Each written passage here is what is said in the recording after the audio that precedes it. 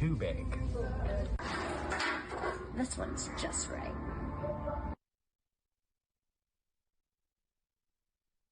Sidekick Media Services. We are your sidekick in business for social media, video production, and more. Find out more at sidekickmediaservices.com.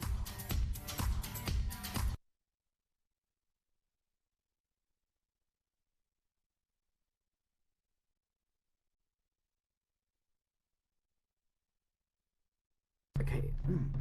Hello everyone, Dungeon Master Bearcat Keith Hot here, and previously on Top Rope Tabletop, Shadowclaw defeated the horrible aboleth known as Girodon, and claimed the water crystal. But victory may be short-lived, as soon as they got back to the mainland, Dahlia, the fortune-teller friend of theirs, and Avatar of the goddess Maestra, has informed them that there's trouble at the base where Lazar the Fire Giant lies. Is it him or something darker? The problem.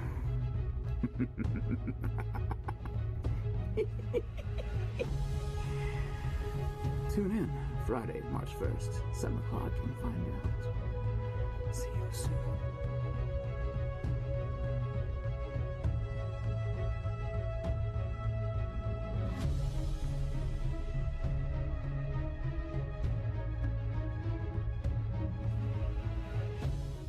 Welcome to Misconnections, where old-fashioned skullduggery meets modern-day studio wrestling.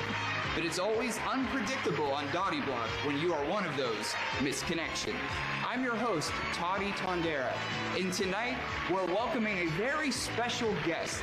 Some call him the King of Pittsburgh, some call him the Ace of 880 Wrestling, but I heard he just pounded a Permani sandwich backstage. Let's welcome MV Young.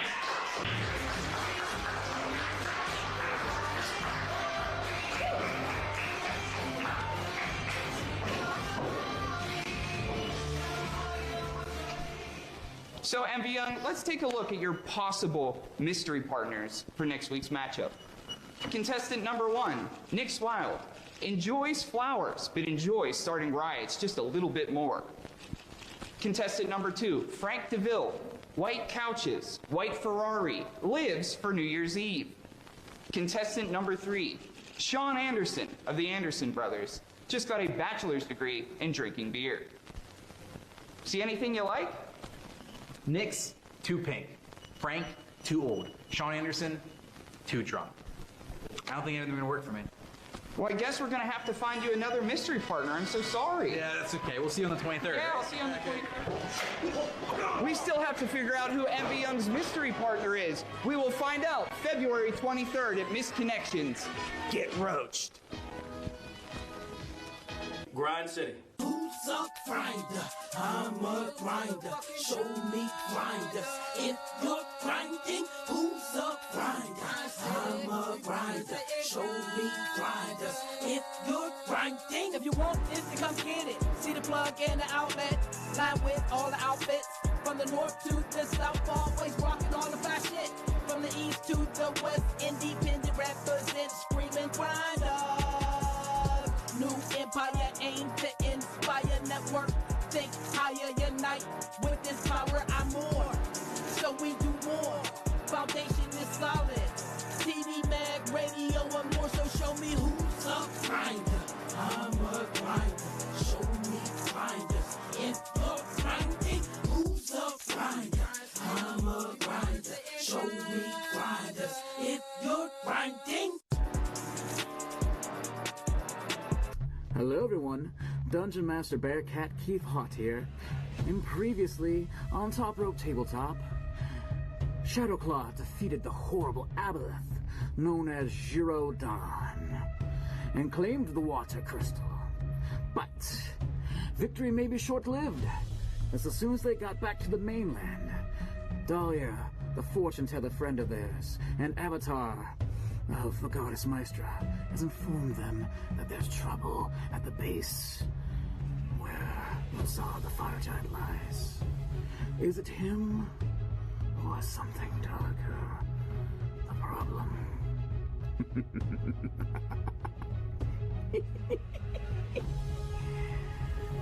Tune in Friday, March 1st, 7 o'clock, and find out. See you soon.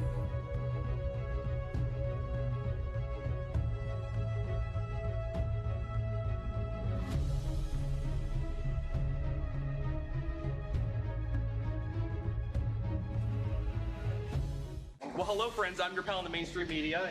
And I'm the Riz. And, you know, Riz, it takes years of strenuous, dedicated training before you're worthy to step inside a professional wrestling ring. But it takes even more time to develop complex, highly astute opinions about professional wrestling. Am I right? That is correct. Yes. And you know where we can find that? Yes. On the Wrestling Man. That's right.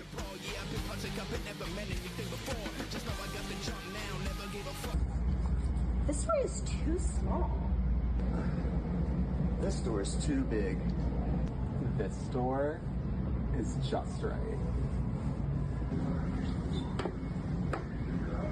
This ladder is too small. This ladder is too big. This ladder's just right. This chair's too small. This chair is too big. This one's just right.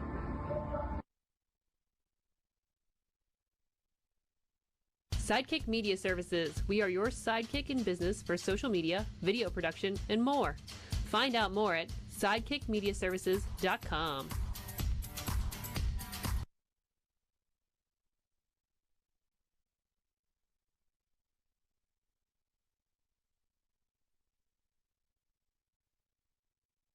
Okay.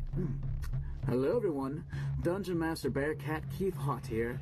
And previously, on Top Rope Tabletop, Shadowclaw defeated the horrible aboleth known as Girodon and claimed the water crystal.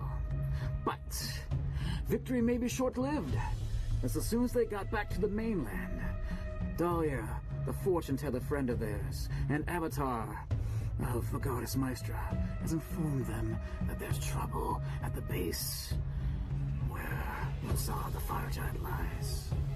Is it him or something darker?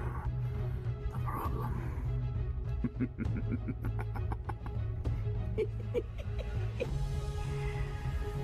Tune in Friday, March 1st, 7 o'clock, and find out. See you soon.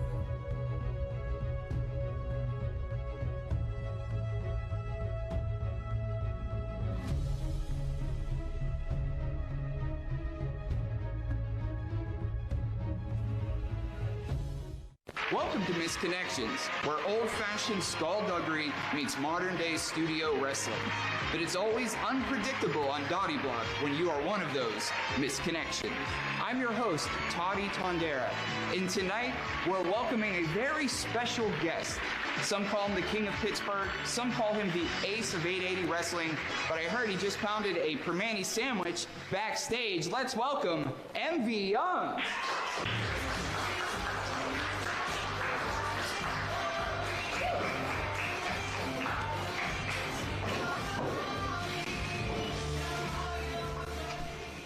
So, MV Young, let's take a look at your possible mystery partners for next week's matchup.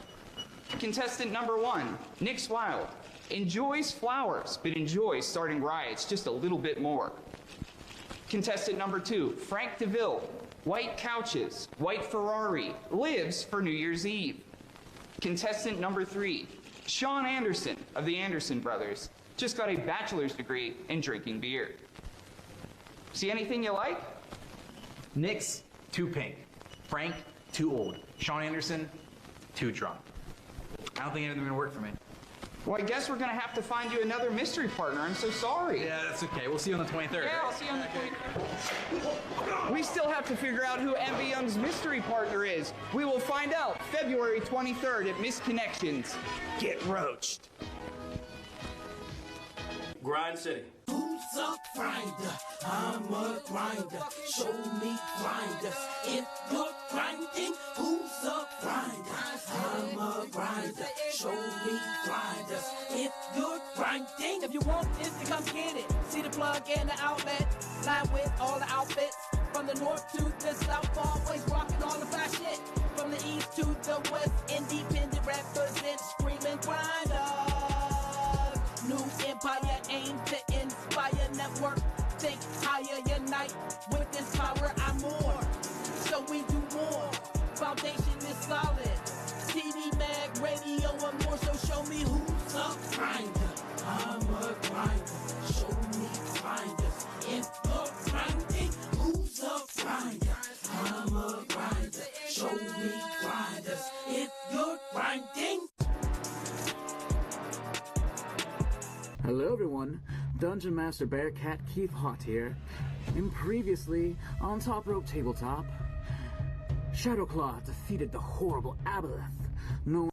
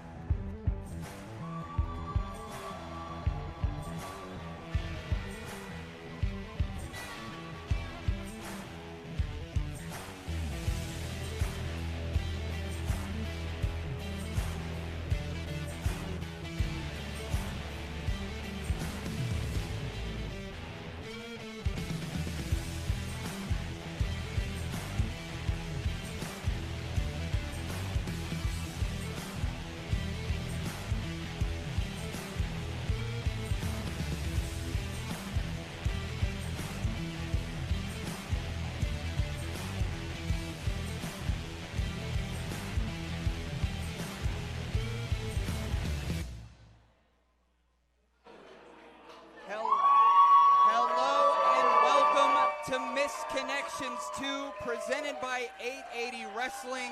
We have a lot on the docket today. We have dog collars, we got doors, we got ladders, we got chairs, and we've got title belts. I'm Toddy Tondera. I'm here with Marcus Mann. How are you feeling, Marcus? Hey, it is Friday night. It is New Kensington. I am double-fisted hot tea and beer. I'm ready to get this party started. Let's get it going. Let's set it down to the ring with Sean Collier. Good evening and welcome to 880 Wrestling and MV Young's Misconnections 2. Your opening contest tonight is a tag team match scheduled for one fall. Getting everything started here with tag team buddies! Buddies! Everyone needs a friend. These guys are starting the show? I don't know who approved this as our opening individuals. Well, Sean Collier and some guy named John aren't the best of friends like Joe Murphy and some guy named John, so let's see how this pans out. Whoa, whoa, whoa, Sean.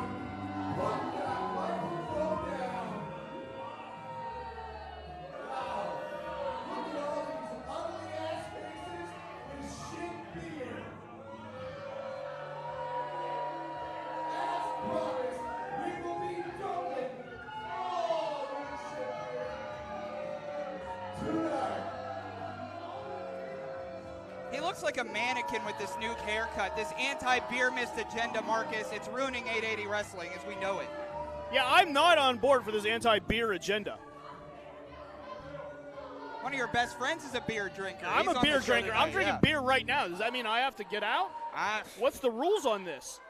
So cocky. It's a shit beer bucket, not a shitty announcer bucket. Don't worry. Whoa, language. Sheesh. It's not even 9 o'clock. Oh, and then they pose? Is that their pose? Yeah, that's very original. I've never seen the one guy. Working. I've never seen one person goes down and the other person stands high. I've never seen that before. They've been working on that. They've Marcus. invented it? Yeah, I guess so. They think so. Fantastic.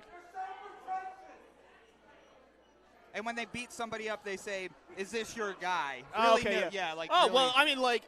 Introducing this is the first the team of some guy named John and Joe Murphy, Buddies in.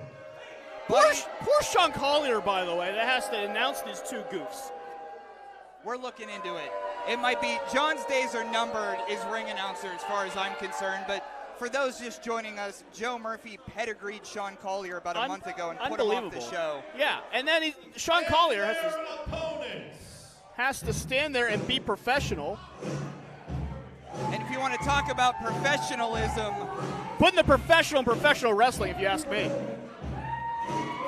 Two of the biggest professionals in the room.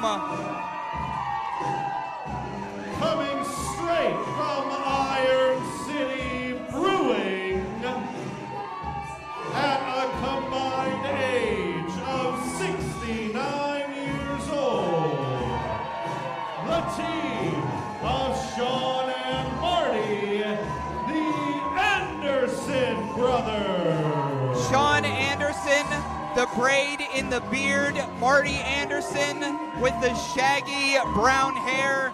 They're bringing icy light to this Buddies Incorporated party.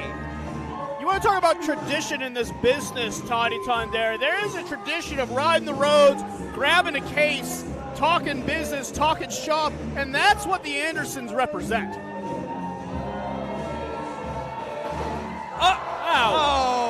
Of course, a sneak attack. But what? I'm sorry. Buddies Inc. is Yeah, they're Buddies stolen. Inc. Hey, you can't just take someone's beer. They came back. They came up fanny packed with beer this evening, but Buddies Incorporated has stolen it. And now it's stealing right out of the hands. Can I rename this team? You can say whatever you want about this team. It's a party foul. You can't just take everyone's beer away from them. That's not what this country was founded on, I don't believe. Not that I was a history major or anything. Well, neither are they. Clearly. But this tag team of Buddies Incorporated, Joe Murphy used to tag with Carter J. Collins. Carter J. Collins was dished for some guy named John, our ring announcer here. So Buddies Incorporated. And we have not seen Carter J. Collins since then. No, we have not seen Carter J. Collins. We have no idea where Carter J. Collins is or is coming back. But right now, Buddies Incorporated, the Andersons, starting off Misconnections 2. I got to say, if I'm some guy named John, and my best friend became my best friend by turning on his best friend, I'm never comfortable with that. Yeah, what is the law of averages of that? Not good. Not good. Well, Joe Murphy and I thought I was going to say start this matchup, but some guy named John, not even taking off the ring jacket, that comfortable. Hey, so to your point, he's such a narcissist. This is all about him. Why did he pull the sleeves up to take the jacket? It just makes taking the jacket off tougher. He hasn't been here long, Marcus. It just makes it tougher. Locking up in the center of the ring, headlock to start things off. SGN John in the blue kombucha tank top this evening. Uh-oh. Secret beer. Secret beer. Yeah, hold on to that headlock. Folks, I'll tell you. Uh-oh. We're already drinking. And just like spinach is to Popeye, these icy lights are to the end. He's holding it up. These icy lights are to the Anderson. It only gives him more power the more he drinks. It is foaming up a little bit. Look out. Oh, hip toss. And a butte. Tag, beer tag. And they're keeping their beers in their hands in this match. That gives them their power. Up and over. Oh, up and over with that. Cheers.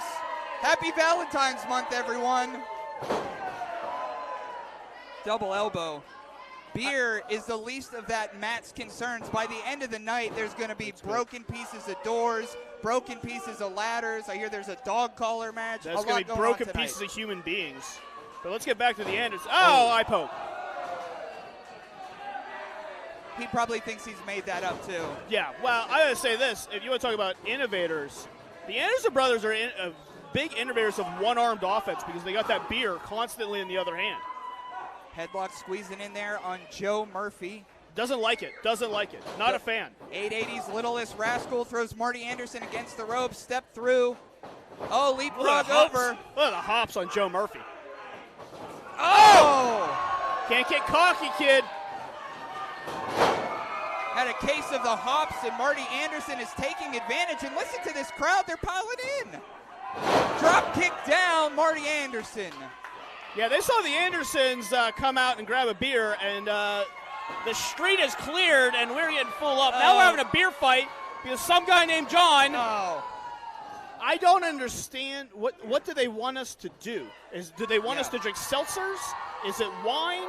What is it? And it's not like a straight edge thing either. No! Because they both partake in other substances. It's the beer. It's the power of the Andersons. They're trying to take it away from the Andersons in 880 wrestling.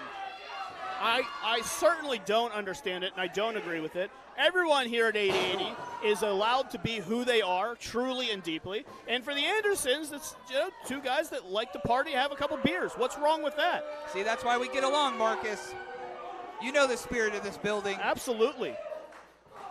Grinding in on Marty Anderson is Joe Murphy. Can you hear this crowd coming alive? I got to say, for some guy named John and Joe Murphy, I get it. They're trying to make a name for themselves. They're trying to build up. They want to be tag team champions just like every tag team. But I think they're concentrating too much on the beer and not enough on Marty Anderson. Because we're playing beer games, none of the fun ones like beer pong, and not concentrating on beating an individual in your opening contest. Well, we have a DLC match later on, doors, ladders, and chairs, and we have a lot of tag team action on Misconnections tonight. So if you like tag team wrestling, stay tuned. If you're on Twitch, if you're on Twitter, if you're over there on Caffeine TV, thank you for joining us. As you see down there, 4-way DLC, Den of Desire, Wildeflowers, Dangerous Knights Crew, and the Fourth Line. As you see those titles hung above the ring, thrown down is Marty Anderson. John in control. I've never seen some guy named John in control like this. No. I gotta say, look, they found a rhythm with each other as a tag team. I think, Joe Murphy was struggling a little bit here in 880. Yeah. As kind of Carter J. Collins' quote-unquote sidekick trying to find his way. You can really find your voice and find your way in the tag team division here at 880, and I think Joe Murphy has really done that. I don't know if it's been a step up for some guy named John. We'll say that. I was going to say, to your point, Marcus, that's kind of what Joe Murphy felt like. So I feel like he feels invigorated by some guy named John. Now, some guy named John is a narcissist and a psychopath. But just like DNC injects that poison into the veins, too, some guy named John injects the poison into Joe Murphy's veins. Yeah, look, I'm not saying that him and Carter J. Collins weren't going anywhere, but there was definitely some struggles between the two. They definitely were very rarely on the same page. And now they keep trying to taunt Marty Anderson, and this is just going to burn you in the end. And when you got a chance to finish someone off, you got to finish them off. I don't care who you think they are. They can come back and beat you. They're trying to keep that icy light beer away from the Andersons because they know the power comes from there. Then just pour it out. Stop taunting him with it. See what I mean? It's all head games and mind games and taunting. But if you don't want him to have the beer, crack it open, pour it out, and then he won't have the beer. Well, he probably has 6 or 7 secret beers that you don't know of yet. Oh. Double team maneuver. Look, just falling on the back here. Schoolyard fall over. And they like to call this Carter's favorite maneuver. Shades of Carter J. Collins, of course. You don't have to rub it into the guy that you forced out of this place. Yeah. Now what do we go for here? And we always say wrestling has more than one royal family, and you can hear what DareableDog thinks of the Andersons. They don't like these other two buddies incorporated at all. Again, the Andersons have brought a lot of fun and joy to a lot of these people. The Andersons, I don't want to suggest they don't take this seriously. They take this very, very seriously. They just don't take it literally. Yeah. They're serious competitors and they want to fight, but they're not taking every slight as literally as Buddies Inc. does. Well, the Andersons represent. Stunner! How about that stunner? The Andersons represent this city. This city is behind the Andersons. 880 is behind the Andersons. We get a replay. Oh, we got a slow motion replay? When did this start? Yeah. The icy light stunner, huh? And back in, here comes a motivated Sean Anderson. Ready to clean John's clock. Clothesline. Up. Oh, power slam down in the cover. 2-0. Sliding in, making the save. Joe Murphy with that elbow. It's still got a beer can. Trying to taunt Sean Anderson. Oh, a right jab. He stole that beer right back from Joe Murphy. Oh, beer to the head. Meanwhile, in the ring, Sean Anderson. That beer is flowing through his veins in a big dusty elbow, sending Joe Murphy down. I was going to say, that's a beeronic elbow. Oh! Surprised that just didn't help him, but I guess it caught him with his eyes open. Beer in the eyes is never ideal. No, not this pedigree. Oh, no. Who are you, Joe Murphy? With the big ass back at Joe Murphy, some guy named John with the cover. 2! You can ring them up. Buddies win.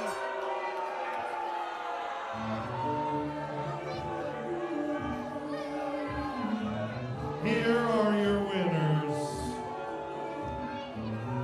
The team of some guy named John and Joe Murphy.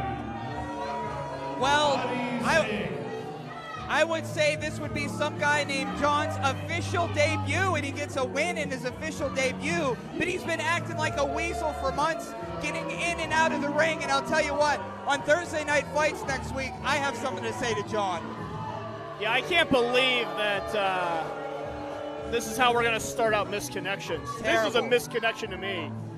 With these two arrogant, anti-beer, prohibition, there's a spit in his face. Can't believe that. Horrible, horrible maneuver to spit in someone's face. They were also talking to me before that they wish the minimum wage would be lowered. Wow. So people cannot afford alcohol. Wow. Are we going back to $5.15? What are we?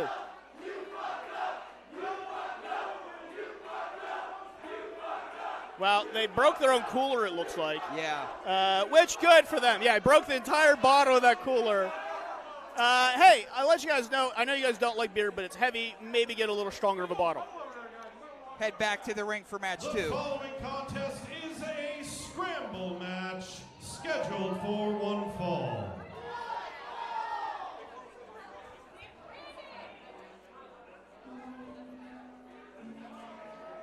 A scramble match will be our second battle here at Misconnections. A lot of these folks were here last night for Thursday Night Fights, and I think we got at least 7 folks in this scramble match. Oof. So again, if you're watching on Twitch, YouTube, stay tuned. A lot of cool stuff coming up. Yeah, scramble matches like this are a great way to learn new people, new faces, learn a lot of new things.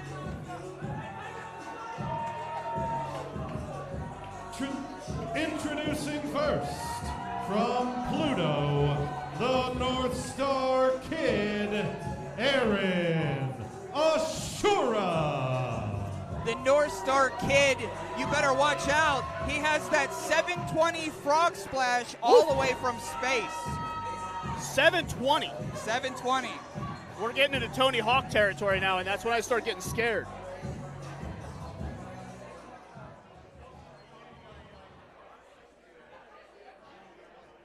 See who's coming out here second.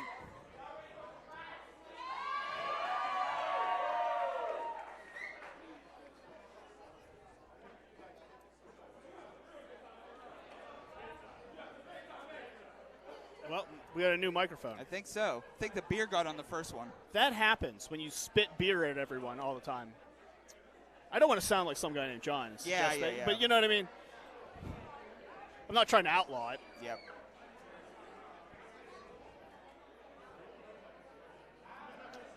I think we have a bit of a problem with our microphones right now. Yeah, a little technical difficulties. Sometimes the wires get crossed. That's what happens on a Misconnections. Yep. Not everyone's wires are always crossed the right way. But there we go. I'd say if no one else comes out, then Aaron Ashura, I think it gets the win by default. Yeah. I don't know how scrambles work. Here comes competitor number 2. Next, from Boston, Massachusetts, the Liking, Alex Lynch. And the Liking Alex Lynch, met him yesterday. Not a man, but for a few words. But I'll tell you what, he has a real mean streak. And you could just see he likes howling at the moon, Marcus. Well, mean streaks get it done here in 880. We've seen that traditionally. It's a violent place, and violent place bring violent desires. The arms on the Light King in there, adding himself to the into the fray of Misconnections to Scramble.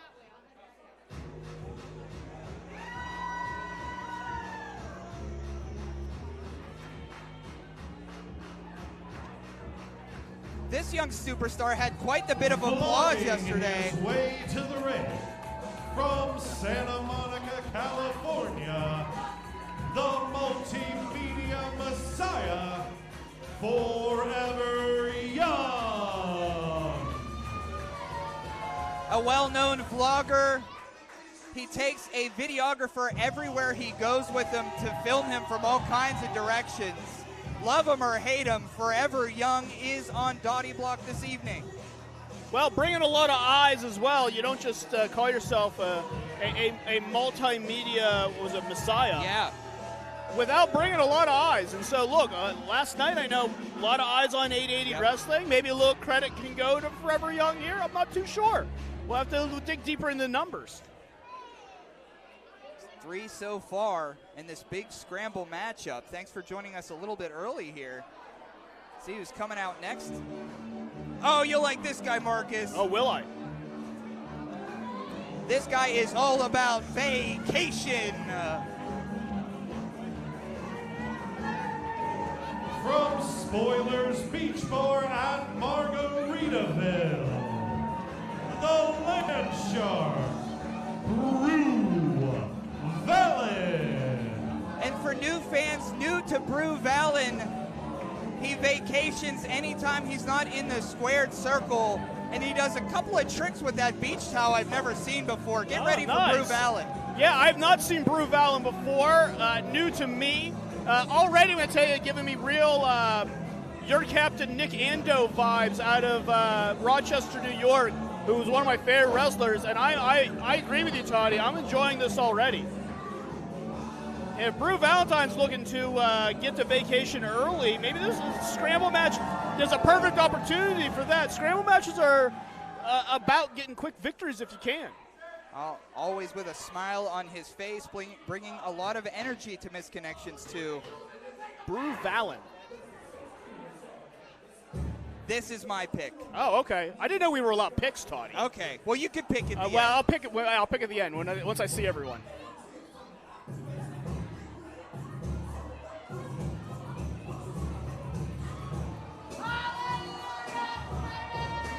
From the holy village of New Haven, Michigan, the Holy One, Father Marquis. Father Marquis went one-on-one with MV Young in his 880 Wrestling debut yesterday evening, and he just came up short. He had a very surprising, great debut, and that's why he's going to be my pick for the Misconnections 2 Scramble. Yeah, this is a opportunity. Well, we already got a little bit of camaraderie, obviously, between Forever Young and Father Marquis. Forever Young and Father Marquis, together they known as the Power Trip. Oh. So, again, when it's 1, 2, 3, I mean, there's no friends. There's no friends in a Scramble match. We'll see if there is an alliance that goes deeper. But Father Marquis, as you said, making a name against MV Young, could make a bigger name by winning tonight. That's true. Is this it? Was this everyone? Oh, we got more music. This guy. Fresh from the racetrack, I presume.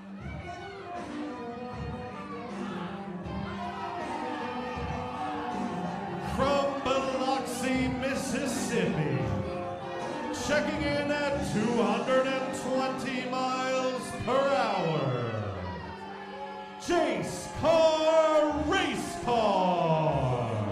Jayce Karr Race Car. Last month we saw him with an upset victory over CPA one-on-one. So for Misconnections, I don't know, he could be a dark horse pick, but I don't like the guy. I'm not picking him. Yeah, and I kind of missed the entire Jayce Karr Race Car track, we'll say. But Jayce Karr's found his voice, and that brings confidence, and when you got confidence, you can pick up wins pretty quick. He went down to Georgia, bought a few cars, and here he is. Well, that's all it takes. This guy I love. This guy I love. Let's get it hyped in here for a superhero. And finally, from Charm City, DareableDog.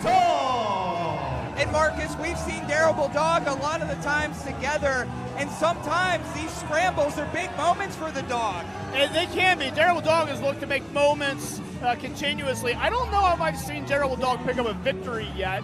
Not now, yet. is that good or bad? Let's ask our 880 champion Reese Hayes whether a losing streak at the beginning of your career can be a good or a bad thing. So DareableDog has had some issues starting out, but that doesn't mean anything. That's a great point. Our own champion Reese Hayes started a long losing streak, and here he is closing the show tonight. Absolutely. So long losing streaks don't mean anything. It takes one shot, as race car Jayce Karr is finding out, that it only takes one shot to get to the top. Oh, everybody felt the same way about Jayce Karr. They got him out of there early. Yeah, Jayce Karr got out of there smartly, and now things are going to break down without Jayce Karr in the ring.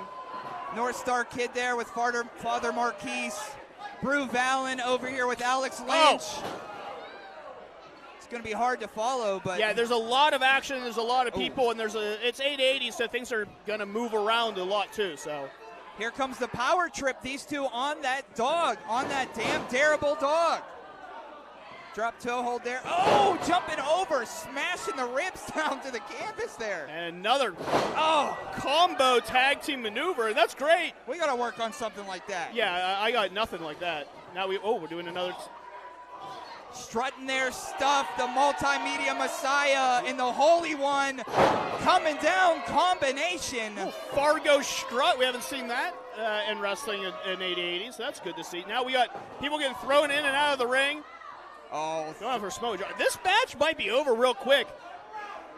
If Father Marquis or Forever Young want to pin DareableDog at any moment. DareableDog's not doing well. Good. DareableDog's getting out of the ring. Good. You want to talk about a tag team showcase tonight? We were talking about all the tag teams on the show. In this very scramble, we have a tag team. Yeah, and they've been tagging up recently in here. Oh, from the top of the galaxy! 720 frog splash for the North Star Kid. Oh! Kicked into I think the lower back there. Yeah, double Insaguri and then up and over into a flatliner. Little bit of Kobe action, huh? Yeah, look, hey, again, make their names. Oh! But then you can't celebrate matches like this because someone's always going to be behind you. This dude is thick. His shoulders are big. Liking just manhandling the North Star Kid here. I have not seen Alex Lynch before. I will say this. I don't know if he wants to be compared to him, but give me a little bit of Zach Thomas vibes. That's fair to say. Oh, and a little bit later on, we have a big dog collar match between Jack Pollock and LeRusso, not for the faint of heart. So wherever you're watching, stay tuned for that one. We got to run through. Oh, I thought Brew had it. I'm rooting for Brew. Up. Oh, and down. A little John Cena action. I can see him, though. He's back from vacation. Yeah, the vacation Cena. Oh! Good move by DareableDog. DareableDog, as you said, trying to find a way and maybe make the scramble match his thing, then roll up. Oh, one. No. Brew's scared. Brew is, you can see how scared he is. Just trying to get out of that pinning predicament anyway. Oh! That's like a ripcord neck breaker. We got fighting on the outside. DareableDog doing the smart thing, staying in the ring, except I think DareableDog turned his back on Jayce Karr. If the camera missed that, that was some whiplash only a race car driver would know from wrecking right into the back of the neck. Jayce Karr on top of the DareableDog. Yeah, real Kyle Busch action hitting him from behind. I got race car references. Do you? I do, actually. He reminds me of Tony Stewart. Yeah, Tony Stewart was a bad guy. The Home Depot 20. You don't want to mess with Tony Stewart. Look out, Jayce Karr. Oh! No, knee. Cut off by the Holy One, Father Marquis. Father Marquis and Forever Young have not fought each other, it looks like to me. And they're setting up maybe another dive.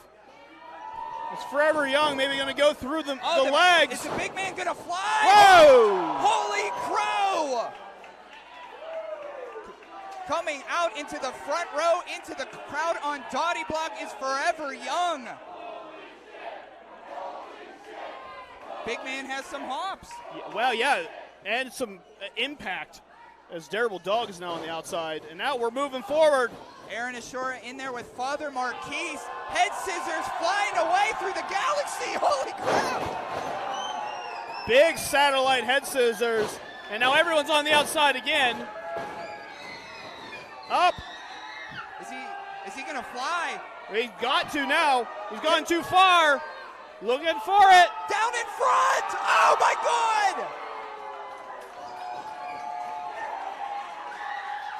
Cleared a hole here at 880, and everyone's down. The North Star Kid making a name for himself tonight. Absolutely. Big swanton dive. Sheesh. And now throwing DareableDog back in. I guess maybe the dog took the most of it, so the North Star Kid's working on who's the weakest. Well, Jayce Karr doesn't look like he took any damage off that dive and is back in. And now maybe going for a superplex going up on the North Star. Well, we got more people coming in. Oh, here comes Father Marquis. Father Marquis interrupting Jayce Karr on that second rope. Well, maybe going for a double superplex. Which is super dangerous because those lights are right above them. Yeah, Marquis is where. Oh, now everyone's in, and everyone's stopping everyone. Here comes Lynch. Here comes the multimedia decide. What is going on here? A double power bomb. Oh! That just leaves Aaron Ashura on the top rope. It's just bodies. Like you said before the show, there's going to be bodies all over the place all night. This is what scrambles bring. They bring opportunity, but they bring damage, and now the North Star maybe going up. Look out below. Oh! There's Big that 720 frog splash. Oh. Look out. Oh, Bon Voyage right on Jayce Karr. 2. Oh. Brew Valentine got the towel. This could be big. Is Brew Valentine wearing shoes or are those socks? I can't tell. He's just chilling. Cool, chilling. Man. Cool. Yeah, cool. Oh, wait, we got to fight over a beach towel. Ripcord. Woo! Brew. Hey, look, on the beach, you got to protect your towel. And through. Oh, knee strike from Father Marquis. Super kick. Oh, he calls that a very holy combination. I can see why. Get that towel out of here. Oh, spear by the Light King. Yeah, but don't turn your back. It's cool that you did it. Ripcord. Oh, right for the vlog. Well, DareableDog coming in now. Oh! Sliced bread! He does stuff so seamlessly sometimes, that dog. Well, Forever Young's getting out of the way. Oh, 1 per stomp by Jayce Karr. Here's the cover. Not like this. Come on. Jayce Karr wins. Here is your winner, Jayce Karr, Race Karr. Well, Jayce Karr find a way to get his nose out of the draft, slingshot it up and won this. Didn't do any of the work, was back in like 5th place. But by the end, found a way to get up front and get the win. He drifted this whole match, and then when that checker flag came out, he pulled right ahead. Yeah. 2 big shows in a row, 2 big wins for Race Karr. Hey, Jayce look, Karr. that is 2 matches in a row. It gets 1 more. That's what we call a winning streak. It has happened before, folks. I know Jayce Karr has a big matchup coming up at the next No Ring, No Rules against Brandon St. James for that new inaugural No Ring championship, but tonight he gets the win. I think we're going to throw it right back to Sean Collier, Marcus. Let's keep it rolling. Yeah. The following tag team contest is scheduled for one fall.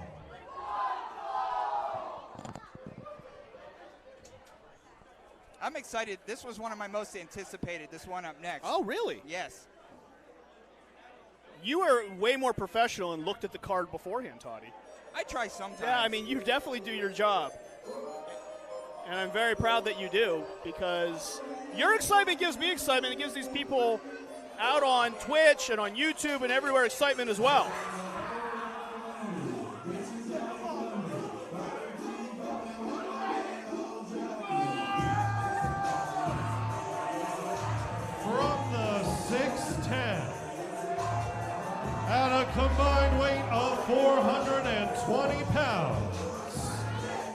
the real skater boy of this shit, Kristian Robinson.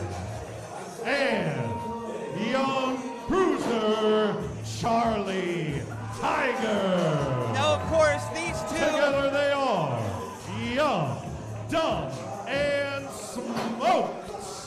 These two have been lighting up the East Coast independents, regulars and unsanctioned pro, but the last time they've been on DareableDog was exactly a year ago for Misconnections.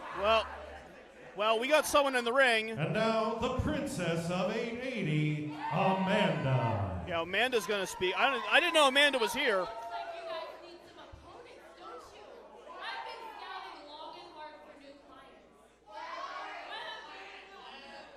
So, first, hit her music. Well, the Princess of 880 has been collecting clients, and her first client Introducing, is on the way. from the City of Angels, the melanated starseed, Paris Sahara. And Paris Sahara and the Princess of 880 have been dominating on Thursday nights, and the rumor is there's a new client to this match. Yeah, look, I know the Princess of 880, Amanda, has been scouting a lot of talent, has been keeping her eye open, and she kept her eyes open to something I think that people have been sleeping on in Paris Sahara. Yeah. An individual who, has big match opportunities coming up. We know would enjoy Paris Sahara and Sunny Kiss. This is great for today, I think. Yeah. With only one person. Introducing my newest client. Hit their music. And we've been hearing rumors of this, and it appears it is true. DareableDog fears no mercy. And her partner, from Jackson, Mississippi, weighing in at 165 pounds, no mercy, Zeke Mercer. Zeke Mercer is now in the client stable of the Princess of 880. But I'll tell you what, Kristian Robinson, Charlie Tyger, they haven't been here since last Misconnections. Well, things have changed a lot in a year here at 880. And so a little bit of a misconnection last time. They're looking to make it work this time. But look, Paris Sahara and Zeke Mercer, this is obviously a brand new tag team. They're new to tagging with each other. So I'm going to be curious of how it comes together. And realistically, I'm going to put a lot of pressure on Amanda tonight. As a manager, when you bring two people together, it's all about you as far as can you get them all on the same page. A lot of pressure on Amanda for this tag team pair. And you have some history managing a little bit. So yeah, I think a little bit. I have some some history managing. I've done this before. I've taken two individuals, thrown them together. They didn't always have success that first night. But at the same time, Tyger and Robinson aren't regular tag team folks either. So, yeah, this could be a 50-50 to me. Charlie Tyger really bulked up since last year as well, in there now with Zeke Mercer. Zeke Mercer sometimes calls themselves the queer-coded villain, as you see from their tights. Oh. Down, going for the ankle and leg. Smart by Tyger, but getting to the ropes is Zeke Mercer. And when they say Charlie Tyger is a young bruiser, that's exactly what he is. And Amanda already getting her clients' backs, and this is smart. It's like a manager coming out and arguing with an umpire already. You want your clients to know that you have their backs. You want to support your candidate. Absolutely. You want to support Sometimes it doesn't matter what the argument is. You just want them to know that you have their backs here. And now Zeke Mercer going to the mat with Charlie Tyger. Mercer has found a way on the mat. Yeah. Has become an adept mat wrestler over the years, but Tyger is just hard to move. Look at that, right back to the leg. Zeke has that Muay Thai background, that boxing background. If there's two people that know how to mat wrestle, it's these two. Yeah, but the power of Tyger already getting Zeke Mercer up on the shoulders. Mercer just holding on. Oh, into that turnbuckle, hip toss around. Deep arm drag by Zeke Mercer. And then look at that. Pose a little, but then right back to control with that right arm, keeping Tyger on the mat. Zeke Mercer has learned a lot over the last 4 to 5 years. dare I say, shades of Amanda you see from Zeke. That's Amanda, I'm sure, got that tutelage. Look, into right Zeke back. Mercer. Right back to the head scissors. Zeke Mercer taking control of this match. Smart. And Charlie Tyger and Kristian Robinson were honest with me when I spoke with them before. They said in 2024 they've been down big. So right now they're combining efforts and trying to get a win here at 880 Wrestling to start their 2024 to a good way, to a good start. Up, rolling through, look at this. Little alligator roll, and now Tyger has the back of Zeke Mercer. Mercer back to their feet. Oh, around the hips, around the waist, throwing him down like ragdoll. Up, roll through. Oh, now Mercer through. able to keep their shoulders off the mat and duck out of the way. Smart by Mercer, and now again, Amanda's just getting involved. Yeah. When you got new clients, well, and Tyger. Oh, whoa. That's not smart because you turned your back, and now Sahara's getting a rear naked choke in, it looks like. It seemed like any time that Charlie Tyger took the offense, Amanda made her presence known. Well, and that's smart. Like I said, on a new tag team, you want to know. Splash. Woof. Oh, deadlifting her up. Holy crow. Holy Tim Crow. Oh. Right into the turnbuckle. Hanging her out to dry. Combination, and now Robinson getting in the match for the first time. And here comes the real skater boy of this shit. Well, and right back out. Well, there goes the real skater boy of this shit. And in comes Charlie Tyger again, and it looks like they have something in mind. A little tag team maneuver, maybe. Trying to get on the same page, I think. Oh. Big forearm shot. And another. Guess that's no, what you trying learned to in get the alley. Sahara up. No, just picking Paris. Just bull crushing Sahara. I'm impressed with the strength of Tyger. Young Cover. Cruiser up and down. 2. Oh, just a 2 count. It's what I've noticed. I mean, Charlie Tyger has gotten thick. He's gotten big. He's ready to go. Look, Toddy, we know that I love some comps here at and really looking at Charlie Tyger, the only one I've come up with so far is a little MV Young-like. Sure. That bruiser mentality, big power from the legs. Kind of cocky, you know? Yeah. Holds himself a different way. Absolutely. Now, Sahara has got to make a transition here as Robinson just brings the speed.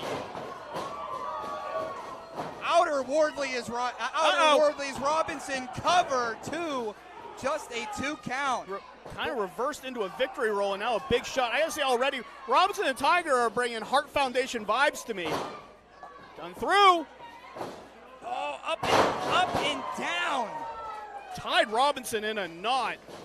It looked like Robinson was looking to tag in, didn't know where he was. He was in that corner, and Paris is now taking full control. Yeah, Sahara keeping her body in between. Hurricane Rana and down. And bringing a lot of those educated feet into action. Oh. Robinson, though, able to get a high kick in. There's that skater boy feet. Oh, fisherman suplex. It's a cover. 2. Oh, just a 2 count. Shades of Mr. Perfect going for that fisherman suplex. And as I was saying, Robinson and Tyger bringing a lot of Heart Foundation vibes to me. That Lamborghini engine and then the tank in the corner. That's a good tag team combination. That's the kind of combination in a tag team you really want. And they have been in pretty decent control of this matchup, especially when Charlie Tyger's been in there.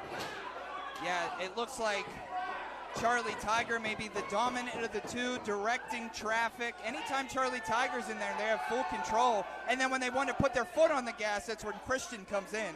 Yeah, and now Zeke Mercer has got the ref. And Amanda paying dividends already. And Charlie Tyger saw it. And now Mercer from behind, that forearm shot to the base of the skull. I'll tell you what, Marcus, that could have been in it if not for Amanda. We could have had a winner. Now, smart by Amanda. You don't want to lose the first one of these. The Ebony sensation is now into that next gear.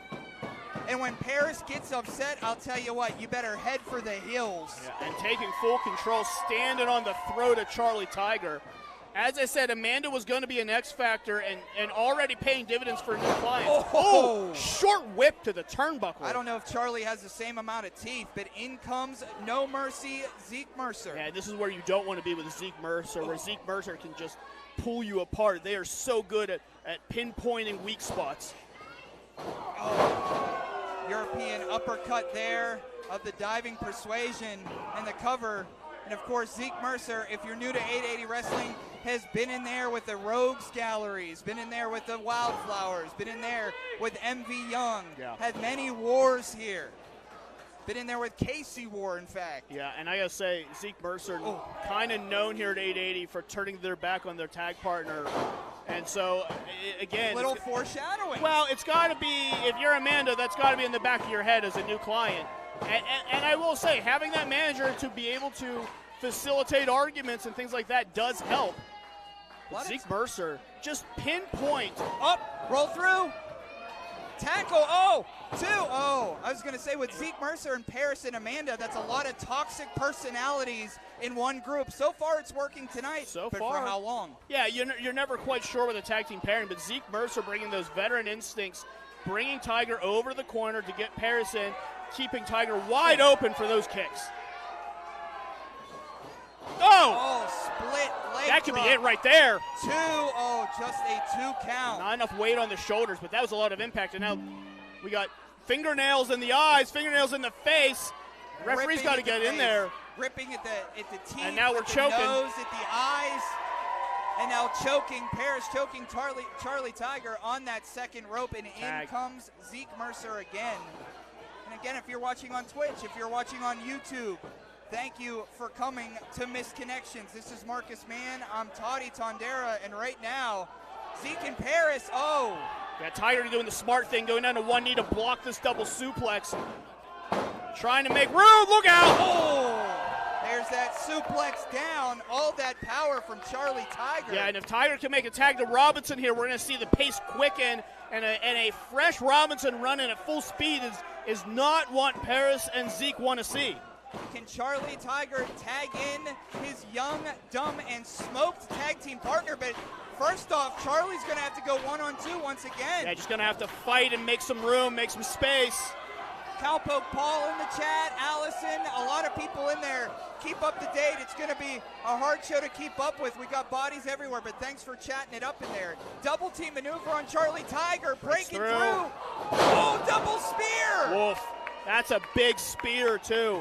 Both shoulders right into the solar plexus. And Paris and Zeke have had the wind knocked out of them. And now there is no fresh teammate for Zeke. And now the pace is about to quicken. He moves like he's on a skateboard. This is Kristian Robinson. Oh, high kick, high knee, maybe to the neck, maybe to the chin. Yeah, use those knees and shins as action, but look out from behind. Oh, with the hair pull. You can't turn your back on anyone in this business. Oh, flying up in the air, and yet still to come, Brohemoth, Ganon Jones Jr., please stick around. But right now, this tag team action. It is peaked up fast, and Zeke Mercer trying to communicate with their tag partner. Whoa! Miscommunication, look out! Oh, how about that for Tony Hawk 3, baby? Kristian Robinson on Donnie Block tonight. And all three are down. Robinson doesn't have a tag partner because Tyger's taking so much damage, but this is an opportunity. Gotta make the move. Oh, high knee. A bicycle knee just connected huge on Sahara, and Zeke flipping around, pulling that up with a power bomb. Stacked. 2. Oh, just a 2 count. And we talked about it before, Marcus. Every time Kristian Robinson is in this match, it goes into the next gear. It's crazy. Very, very quick. We see Robinson with that German suplex. Oh. Zeke almost arm dragged Paris Sahara by accident as Sahara was trying to stop Zeke Mercer from going over. I was about to say Paris was trying to stop Zeke, and she flew over the top. Yeah. Crowd behind. And now we're going to see some more double team action from Young, Dumb, and Smoked here. Yeah. No, I know what they're calling for. Oh, headbutt! The Tiger Clock 47 caught Kristian Robinson by mistake, and no mercy. Clap backs on Charlie Tyger. Oh! High kick, a back leg round kick, but that was all knee. Oh, that one was all foot. Oh, German. 2. That's going to be it. Here are your winners, the team of Paris Sahara and Zeke Mercer. What a costly missed Tyger block 47. Charlie Tyger connecting with Kristian Robinson. Well, Tyger now grabbing it to heart. Whoa. Hey, this is going too far. I get that they're mad. I get that they wanted the win. But the disrespect of Amanda, I'm not going to stand for that. Look, she might have been the X Factor in this match. I did not see if she was able to communicate to her team to get out of the way of that headbutt. With that extra set of eyes on the outside, you cannot underestimate it. And then that kick from Sahara, German suplex. Watch Zeke Mercer right there get those shoulders off the mat for the 1-2-3. But let's give it up for Young, Dumb, and Smoked. But I don't think this is over to Zeke Mercer and these two. Zeke had something about them tonight.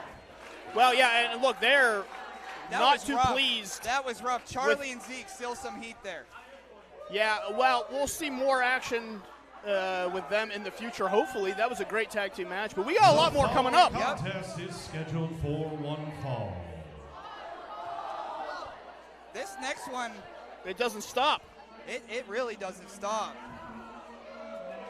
Now, some call him the ace of 880 wrestling. Some call him the king of Pittsburgh. It's MV Young, and MV Young is about to find out who his mystery partner is tonight, but I don't know who it is. Could be anyone. Could be you. I hope not. Is it one of those things where it spins and it's just a randomizer? In the back we got one. I hope I'm not on that board. I don't want to be on that. But everybody wants a partner come Valentine's Day. We'll see what mystery partner goes through the door for MV Young tonight.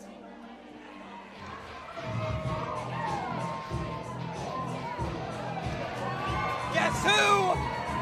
This is an unsanctioned open challenge.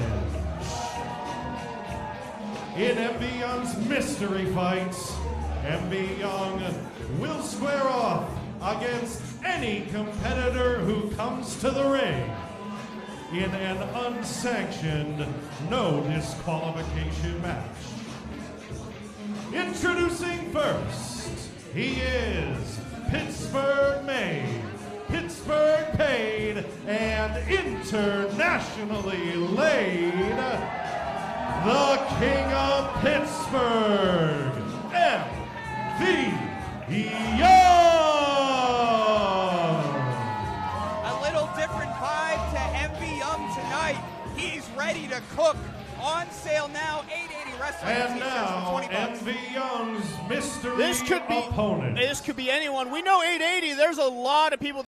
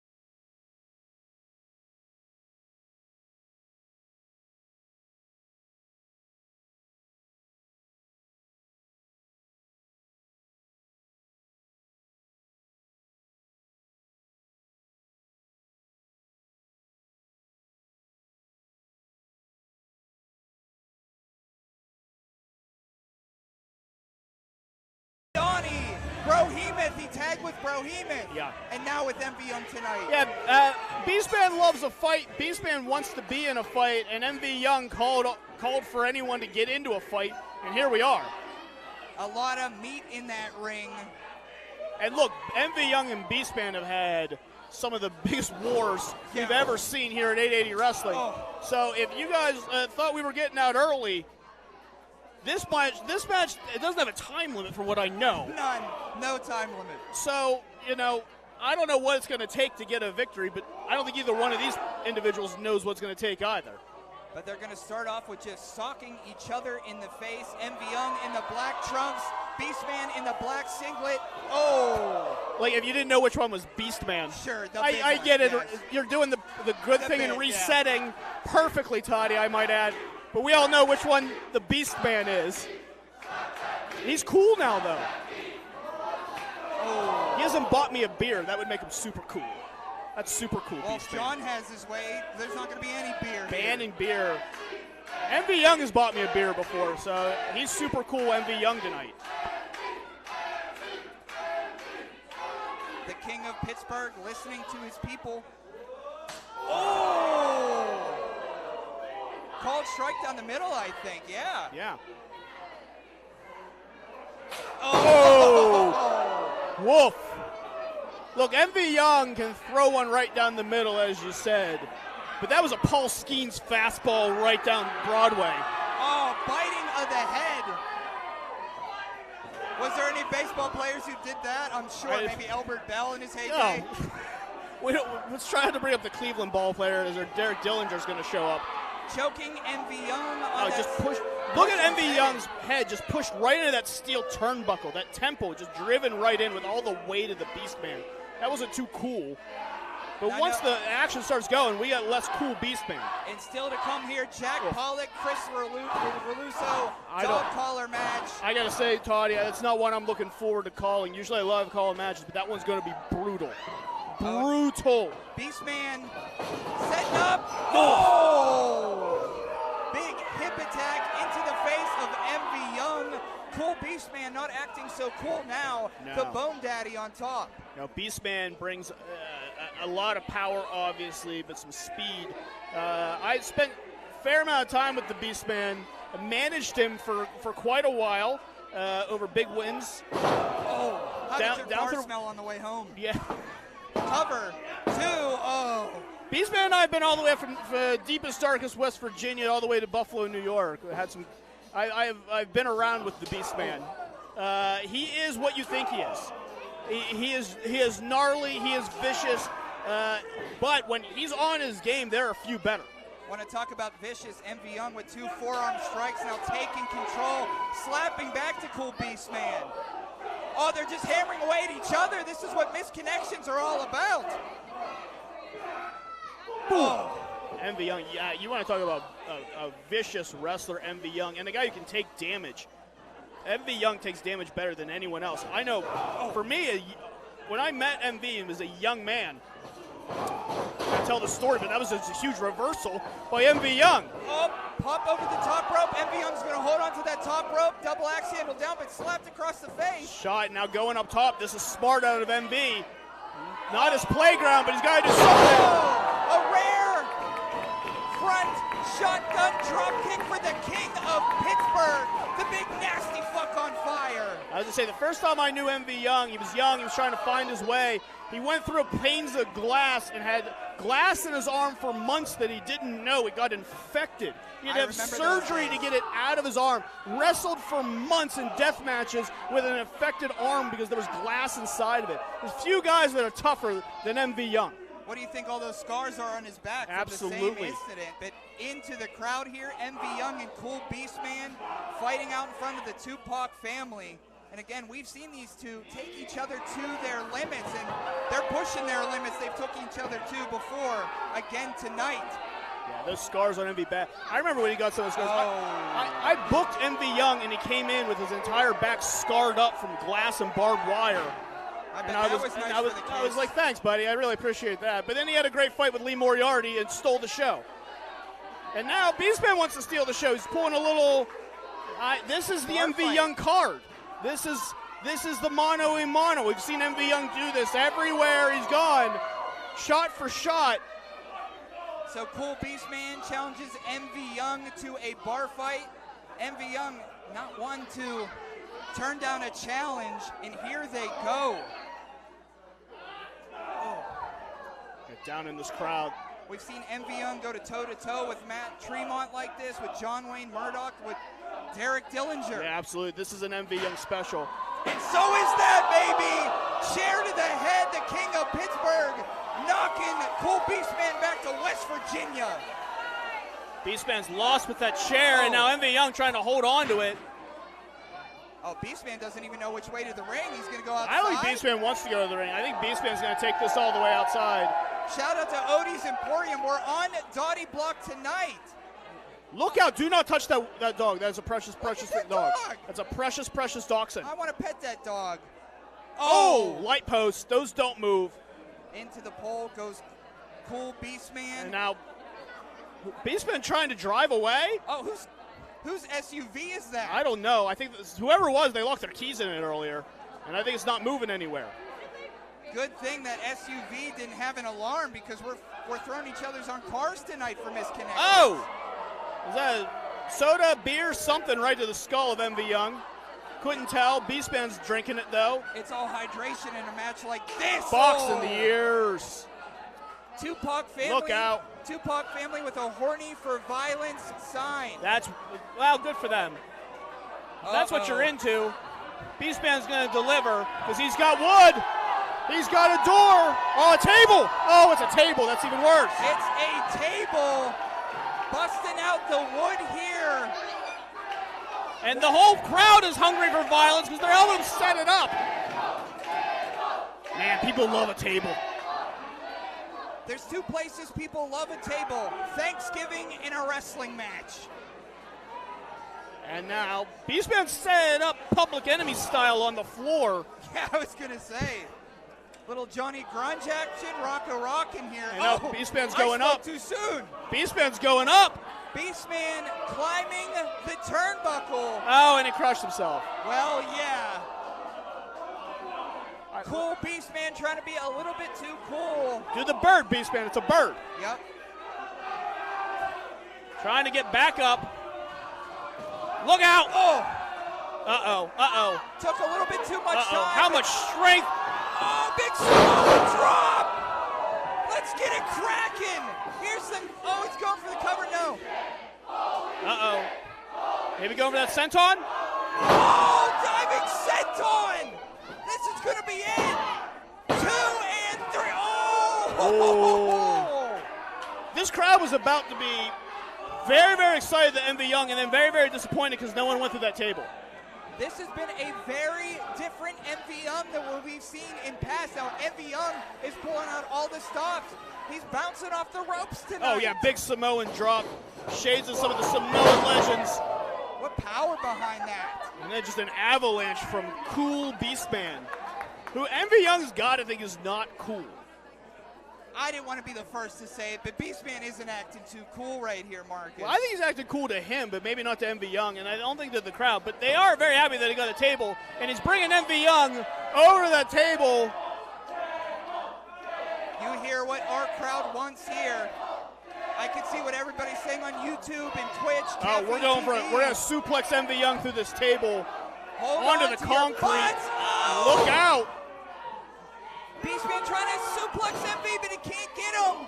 Box in the ears again. Bounce against the ropes. Full head of steam. Oh. Whoa. Knockout shots. Oh, they're both on the apron now, hanging precariously above that table. Cool Beastman and MV Young firing shots here. Wobbly legs from both. Bated breath. Uh-oh. Wait a minute. Uranagi. Oh!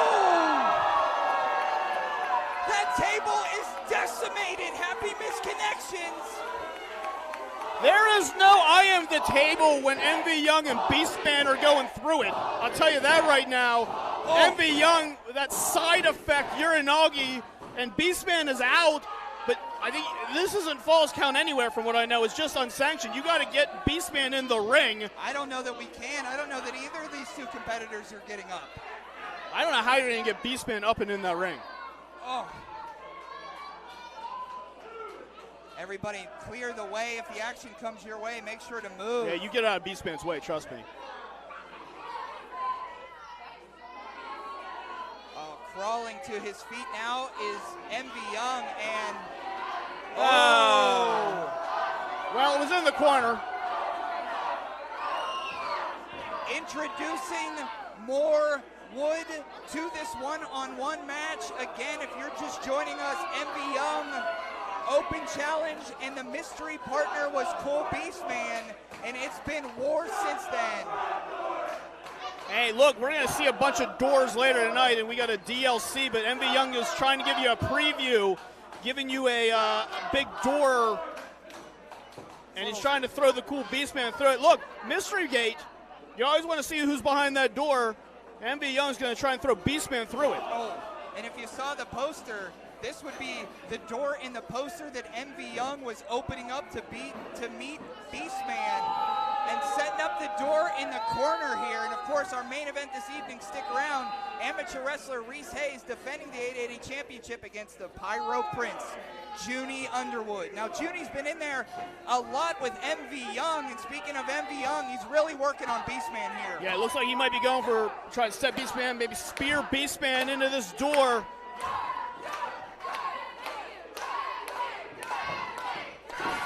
Whoa. What is that? Turn that off. What is going on? Young, the king of Pittsburgh. Or is it the fraud of Pittsburgh? Tick, tock. What the hell was that? No idea. Meanwhile, oh! Black hole slam by the Beastman! MV Young took his eyes off the Beastman. Something was on the screen. Someone calling out MV Young.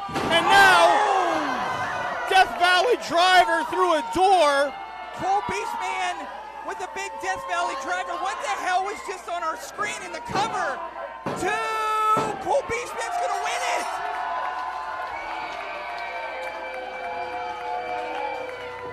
Here is your winner, Beastman.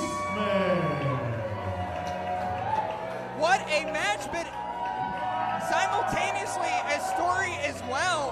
What the hell was just on our I'm not screen? sure. We've seen that stuff all over social media on T2T's Instagram page and on Thursday Night Fights. But look, whatever it was, calling out MV Young, and because of that, MV Young just got drilled right through that door with a Death Valley driver, a cool DVD. It's pretty clear that, I guess, some unknown entity, those videos we've been seeing, somebody is after the King of Pittsburgh, MV Young. I just don't know who it is. I don't either. Beastman's got something to say. Cool, something cool to say, hopefully. Hopefully.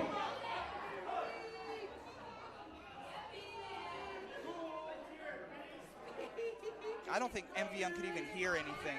Oh, his ears have to be ringing. Yeah.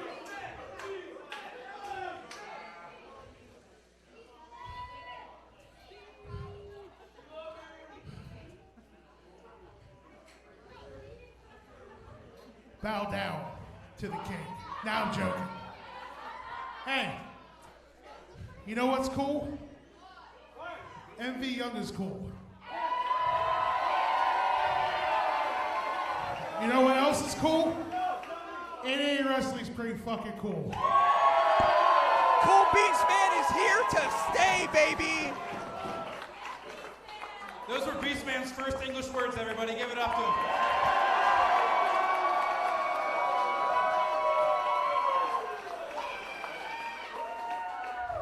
I don't know what that weird-ass mesh on the Titantron was, but I'll address it eventually. Beastman, thank you for the fight. I'm going to go get drunk. Thank you. The King of Pittsburgh. Hold on.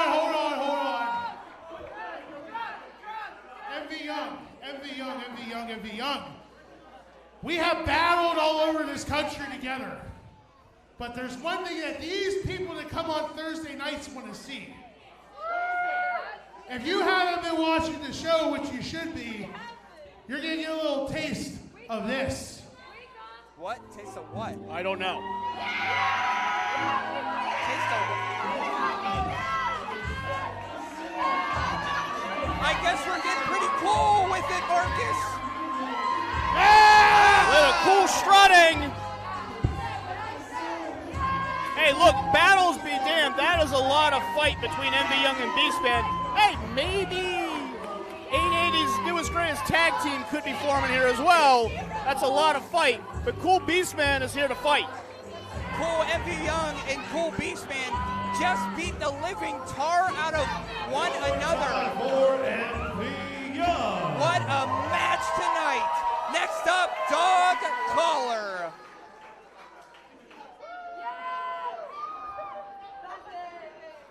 Well, I'm going to take a sip for the working man here and for Jack Pollock. This one is going to be crazy. This is going to be a dangerous Next contest. A big thank you to everyone who's making the show happen tonight, including Sidekick Media Services, streaming the show on IndieWrestling.us, Twitch, and YouTube all over the world. Your commentary team, Toddy Tondera and Marcus Brown. Aleo the Dream on sound. And of course our referees, Brad Mitchell and George Ross. Thanks for being here, Marcus. Of course, thanks for having me, Toddy. The following is a dog collar match. In this contest, there are no countouts, no disqualifications. It will be one fall to a finish. Well, we had a lot of fun. Oof. This one isn't going to be so light, Marcus. And I know it's very personal to you. I've known these two for a long time as well. Yeah. And there's just really nothing good to say about what these two are going to do to each other. Introducing first, from Pittsburgh, Pennsylvania, weighing in tonight at 205 pounds, the heir apparent, LeRusso. Dressing in all white this evening, there is something sick and sadistic about Chris LeRusso this evening. Yeah, I've known LeRusso for over a decade, and a part of him tonight is tapping into the old American Psycho Chris LeRusso. This version of himself before he was, buddies with people, grab a beer, let's grab a cigar and a whiskey, let's hang out on the stoop and have a slice of pizza, let's talk shop together. Before the heir apparent. Fuck me? No. Fuck each and every one of you. Is that us too?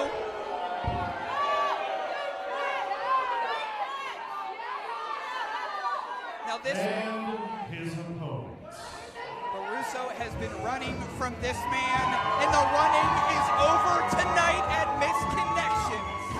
I never thought it would come to this. I never thought these two would be locked together with a steel chain in this type of way.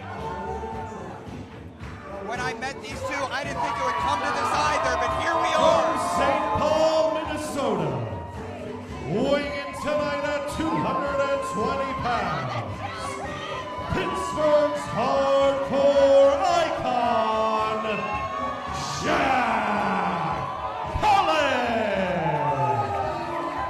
And there is that beer mist that some guy named John talks about, spit proudly from the mouth of the hardcore icon, Jack Pollock. And wearing the chain out wants LeRusso so bad. We've seen this brew over from Fridays to Thursdays to social media to friendship. Jack Pollock, that is very symbolic. That was the Outcast shirt. Jack Pollock and Chris LeRusso, that was their group, the Outcasts. It was Jack Pollock, it was Chris LeRusso, it was MV Young and Ganon Jones Jr., a dominant stable. But obviously, that is no more. The Outcasts are dead. This is so personal in a way. Look at this dog collar. Look at that heavy chain. And if you guys know dog collar matches, the brutality that come from a dog collar match is second to none, my friends. I see Lonnie in the chat ready for this dog collar match. Scotty Swemba in the chat. One shot from this chain would knock out anybody. It is thick. It is loud. And this feeling out between the two, because once they get in close, it's going to be over. Oh. And here we go. And this is exactly what we thought how it would start. Hot start. Punches back and forth. Chris LeRusso. Jack Pollock. And right to the turnbuckle. You're going to see punches, you're going to see kicks. This isn't time for lockups or headlock takeovers. This is action and battle for Jack Pollock. And look, Chris LeRusso has kind of made his bed now. There's nowhere to run, Chris. LeRusso, there is nowhere to go besides in this squared circle. And this might read as a street fight because, again, like Marcus said, you're not going to see too many moves. You're just going to see some folks bashing each other's brains in tonight. Yeah, and oh, there we go. And Pollock ripping that shirt. This is kind of Pollock's playground. These uncensored fights that he does, but do not get it twisted. Chris LeRusso has been through plenty of battles and brawls. And he's been through plenty of battles with Jack Pollock. And Pollock has been waiting for this moment. Chris LeRusso has been straight up abusive to Jack Pollock's partner in real life, Honey Darling. Woof. And that one was for Honey, is what Jack Pollock has says. Of course, Honey Darling on the outside, cheering Jack on. And this isn't this. Were they tag team partners? At one point, yeah, they were tag team partners. But this is so much more than that. I don't think you understand the level of friendship that develops over the years. Look out! Oh, spine buster. And Marcus, as you watch this, I know you were at some point friends with both of these. Yeah, I mean, how Your many stomach times has to be in knots. How many times I've been sitting at a table with Chris LeRusso and Jack Pollock. You know, I ran my mouth for a long time, and Jack Pollock always had my back, and he will always have my back. But there's times when I needed a friend. Chris LeRusso had been there for me, too. You know how many times we rebooked an entire territory, an entire company, just sitting with each other, a couple beers, talking shop. And this is how it all ends. Oh, LeRusso smart actually gets out of the way of that. Oh. And goes low. Chris LeRusso is one of the smartest wrestlers you've ever seen. He was a former Ring of Honor top prospect for a reason. This guy wrestled at a premier time for Ring of Honor in their top prospect tournament because he was one of the best wrestlers in the country. He's been in there with some all-time greats as he starts to take control here. Whipping Jack Pollock around by that chain. That martial arts background of Chris LeRusso, very evident. And look, I don't want to get too personal, but Chris LeRusso, and Jack Pollock's going to hate me saying this, but he's got a couple points here. Jack Pollock is beaten up. Jack Pollock's body is barely holding on. You don't do a decade of what Jack Pollock did and not have your body barely holding on. We all question, should someone stick around, but it's not Chris's job to tell Jack Pollock that he shouldn't be wrestling anymore. And that's what this is all about. Chris LeRusso going back a long time with Jack Pollock. Wants to end Jack Pollock's career. Reason being, he says, Jack, you're washed. This is it for you. I want to end you. Look, I'm the man's best friend. I'm concerned too. Every time I see the bruises on his hips. Up against that wall. Every time he tells me about what he's got to do that day to get his body just to get up. Yeah, I'm concerned. But I don't do this. Oh, chain against the wall. We have brick wall saving Jack Pollock's life, but there you go. Not LeRusso's. It's not up to Chris LeRusso No, when Jack Pollock's it's up to career Jack ends. Pollock. I'm concerned too, buddy, but I'm not out there trying to stop the man. Oh, has that chain in the hand again. Oh! In the gut with that heavy chain. lifted up on the back. Oh! I think that wrapped around. It did. It wrapped in the around. hand. So dangerous. Oh. Oh! And wrapped around to the ribs again. LeRusso is going to bruise a rib or break a rib with this chain. And this is the moment that Jack Pollock has been waiting for. He's going to take his damn time. Oh! Piece by piece of the former heir apparent is getting beaten out of him by Pollock. And like I said, this is such Pollock's game. And not ready to end things, throws LeRusso to the outside. Oh, it's going back into our audience, I think. And I was going to say, this is what's so dangerous about these, is the chain. Oh! And LeRusso wrapped that forearm in the chain. And Pollock just jumped right into it. Behind the back of Jack Pollock, Chris LeRusso. Well, I mean, it's a legal weapon. It's clearly tacked to them for a reason. And now look out. Those stairs. Into the stairs. That knee and hip. We know the knee surgery that Jack Pollock has had to go through famously. We know his leg isn't 100%. It's never going to be. Oh, and these are two consenting adults. We knew when these two got into the ring and the bell finally rang, this is what they wanted, and this is what it comes down to. And now LeRusso using that chain the same way Pollock did as he a have in weapon, mind? but using it as a way to just maneuver Pollock around right into that ring post. Honey darling, watching her man being taken down here. She's keeping their step away because we know what Chris LeRusso and what he is up to. The worst guy in the room is Chris LeRusso right now. And this is a guy that I watched slap another man's girlfriend in the middle of a ring because he doesn't care. Nope. He doesn't care about anyone when he's in this mode. This Chris LeRusso is different than anything else you've ever seen. Ooh! And that's gonna... Oh, he might have broken his hand with that chain. And LeRusso holding the hand. He wrapped that chain around the fist and took a shot at Jack Pollock, but might have broke his hand. Whoa, jeez, but talk about broke something. Pollock is bleeding. Pollock is bleeding bad. Chris LeRusso wrapping that chain around his hand, practically breaking his hand to solidify a punch, but one Pollock punch. is bleeding bad. Bad. Oh, no. And of course that beer will thin that blood, but there's blood being spat, that chain across the face, just gouging into the face. Oh, there's blood Pollock everywhere. is bleeding bad. Now I understand this is what they wanted, but at some point, referee George Ross has to call this. This is getting ridiculous. That's a lot of blood. And I'm gonna oh my goodness. I'm not comfortable with a lot of this. I'm not gonna lie to you guys. Jack Pollock now pouring blood out of the top of his head from that chain, and now the chain around the neck of Pollock and Chris LeRusso. Look at that. Look at the face of LeRusso. I don't. This is sick. He's not gonna give up. God damn it. I'm not entirely comfortable with this. I apologize for those watching at home. This is I don't rough, think you guys understand. I know this is 880 and this is violence and this is what this company is, but I've known that man for over half my life. And the blood pouring stay down. will be it. Oh!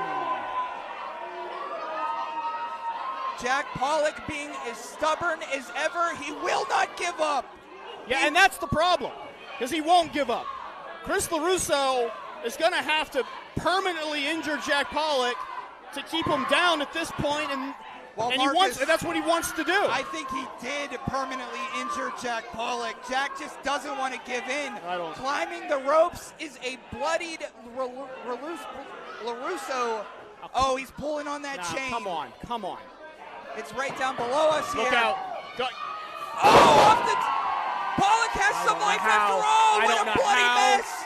I am shocked every time he does it. I am shocked every time. Pollock is a bloody mess. How? How does he do this? But he's getting Dottie blocked behind him now. The hardcore icon on attack at all. LeRusso tripped him up. Tripped up again. And again, the pace is being slowed by LeRusso. My goodness. Could this be the actual last match of Jack Pollock? Well, super kick and just pin him and get out of here. Nobody better with that super kick. 2 and 3. Oh! Toddy, at this point, Sheesh, I'm buddy. almost rooting for LeRusso just to pin him and be done, and we can just go home. I don't want to do this. I don't want to do this. Looking over the foxhole balcony, there is a pond of blood in the ring, and a beer was caught by LeRusso. Honey Darling trying to give a beer to Jack, That's not what he needs. He needs a doctor.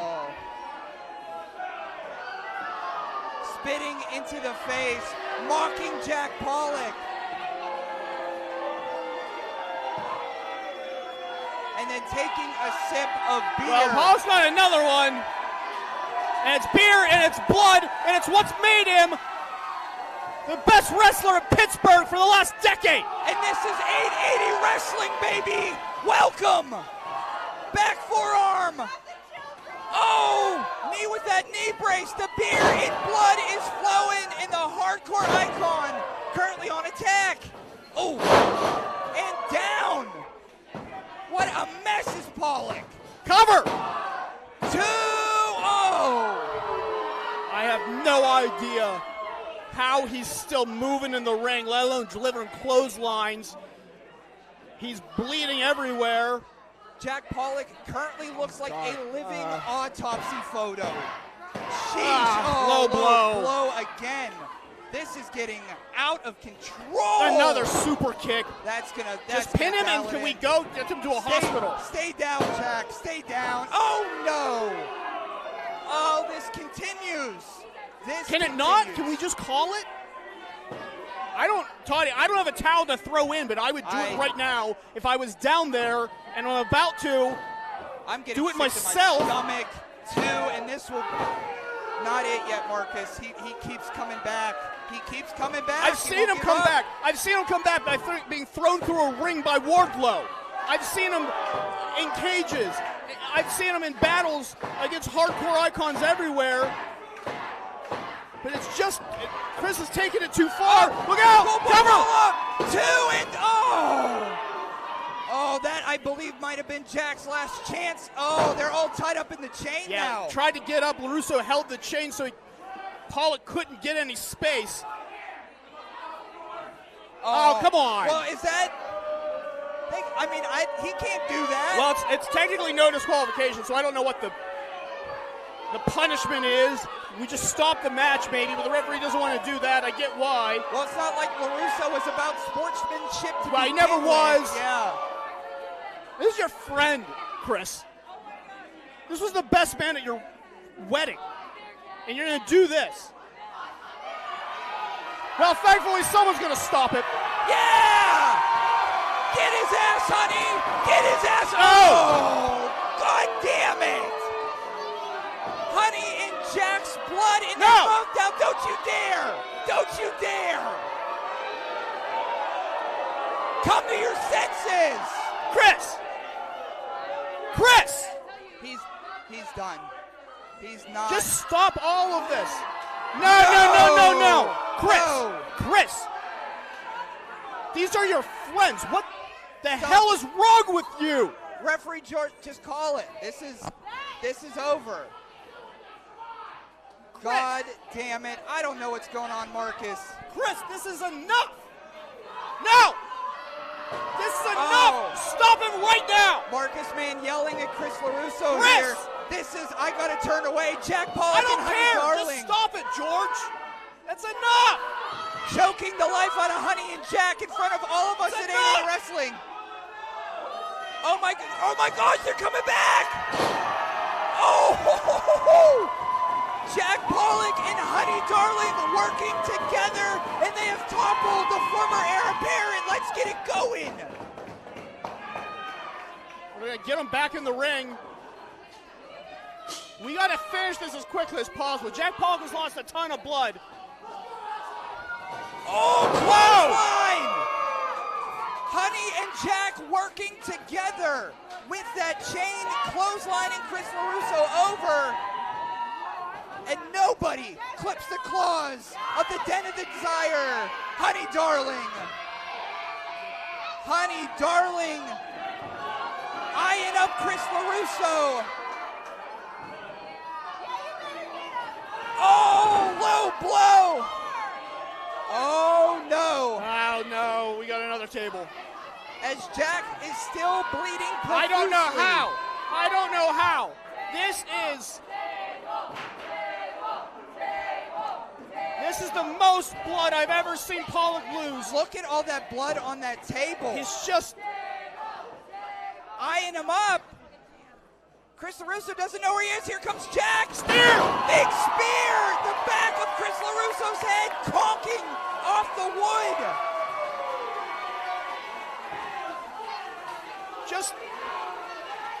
Just count him out. It's all over.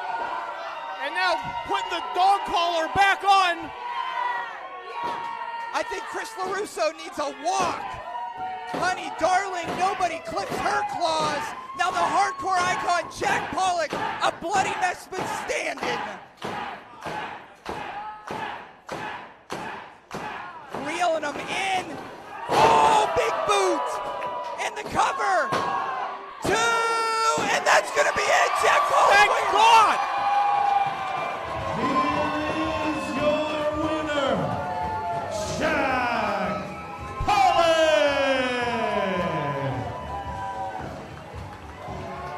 Well, I'll tell you what, I would love to celebrate with you, but what we just saw in the middle of that ring was some of the most violent and vicious behavior I've ever seen two adults treat one another under. I've never seen Jack Pollock this bloody, this brutal.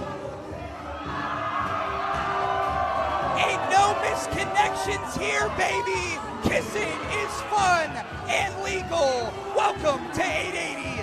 I gotta say, this may be the most violent match in 880 history, which is saying a lot. Saying a lot. But to all the respect in the world to Chris LeRusso, he might be Jack Pollock's greatest opponent when it's all said and done. But it ain't all said and done yet, Chris, because Jack Pollock's still going. Jack Pollock is still violent as ever. Honest to God, Marcus, I have no idea how he's standing. No one does. No idea. And Pollock, well, we're going to need to help we're LeRusso. gonna have to go to a break because Referee George Ross needs some help in the ring. yeah, well, I don't know if there's a single human being that wants to help Chris LeRusso. I'm not walking my ass down there to help that scumbag out. He gets what he deserves. He tried to end a man's career. And look, he's a hell of a wrestler. I thought at one point a good guy. Well, we're going to take a short break here because that match, we are going to take a brief intermission. I need a break, Toddy. Trust Stick me. around, your main event. Reese Hayes defense against Juni Underwood. We're going to a fatal four-way DLC match for the 880 Tag Team Championships. All this and more still to come at MV Young's Misconnections 2. We'll be back in about 10 minutes. Stop by the 880 Wrestling merch stand and get the first ever 880 Wrestling t-shirts right now. So Marcus we'll be back in a minute. Marcus Man, I'm Toddy Tondera. We're going to a quick intermission, so if you're at home, get something from the fridge and come right back for the second half of Misconnections 2.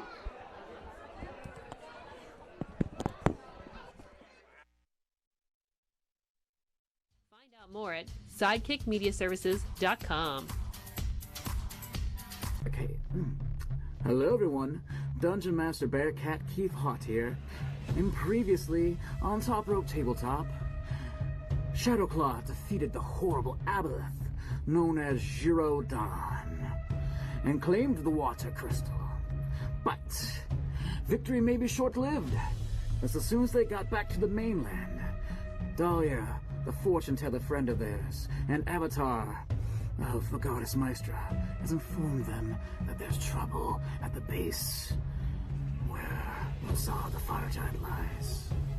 Is it him or something darker? The problem.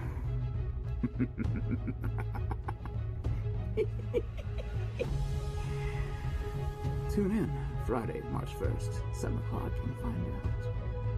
See you soon.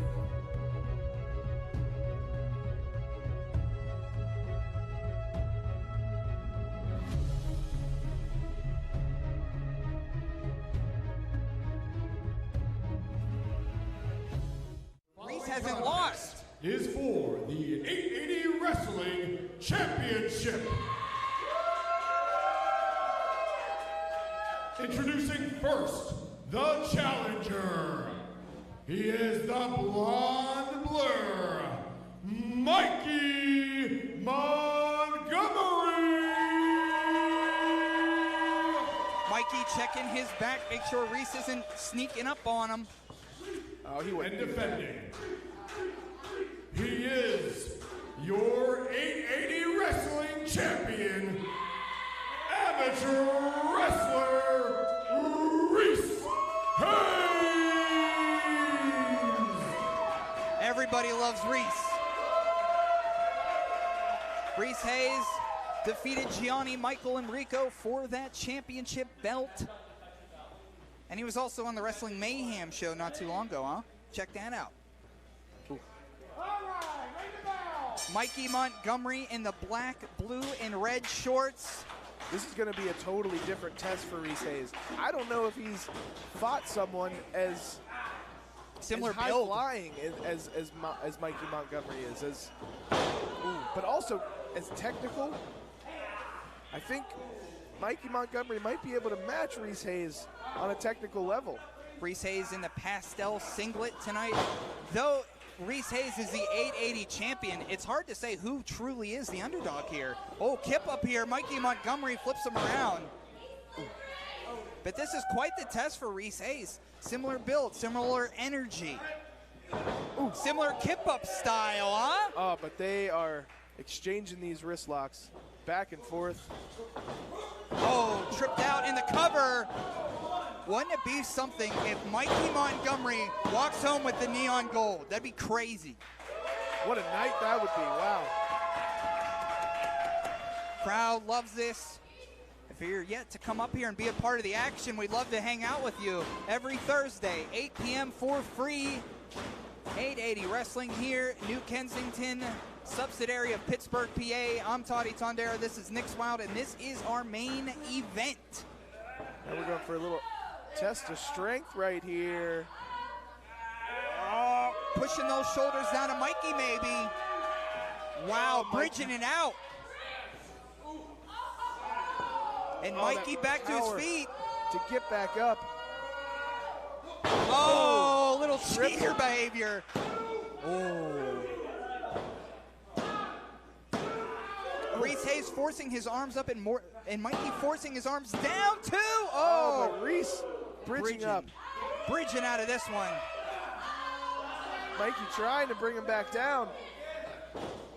Ooh. Whoa, okay, let's go. A bit of a monkey flip. Go. Oh! Tit for tat. Oh, and these are covers. Yeah. Double covers. Oh, and a double they're both bridge. bridging out of this. Oh. Okay, all right. Uh-oh, okay. And this is all for the neon fight. gold, so we can be as pretty as we want, but we're going to slap each other at the end of the night. Slap fight from a bridging position. This is wrestling. Yes. All Mikey eyes on better the of that monitor. exchange, though. But Reese reversing it. Oh. Beautiful arm drag. Blocks him on that arm drag. Oh, it blocks him in his own way. Oh! What a drop kick there by our jumping bean Reese Hayes. These two having an athletic contest like I've never seen before. Ooh! Body on body. Oh, Mikey Montgomery jumps out of the way that time, flips over against the ropes, duck under. Oh, neck breaker by the Blonde Blur. It's hard to keep up with. Oh! And just like Sonic the Hedgehog, he's gone 1,000,000 miles per hour and almost became the 880 champion, Nix. Split second away, Toddy. What a main event this evening.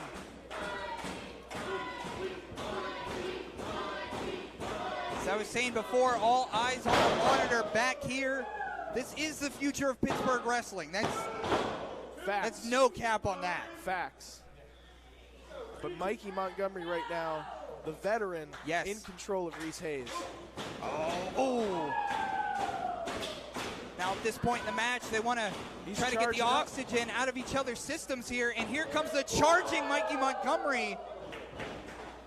Back to the center. Suplex. Oh, with the bridge. Oh, fisherman suplex of the perfect desire. Mikey Montgomery almost became champ. That's been happening a lot, Toddy. I don't like it. I wouldn't hate a Mikey Montgomery as 880 champion. I know he would do it. Yeah. You know, he'd do it fair. He'd do it right down the middle. But yeah, it's not yet. After all Reese has been through to get that championship. Ooh.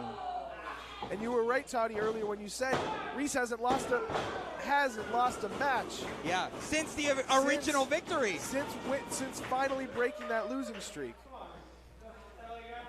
Oh, flipping each other's pretty hair. Oh, taunting Reese. Shot to the gut, elbow to the gut. The solar plexus there. Eyeing up the competition as Mikey Montgomery bounced against the ropes as Reese Hayes duck under, sunset flip, and down. Here we go. 2. Oh, just a 2 count. Mikey clicking the heels. Oh. Oh. There's the super kick. The cover. 2. Oh.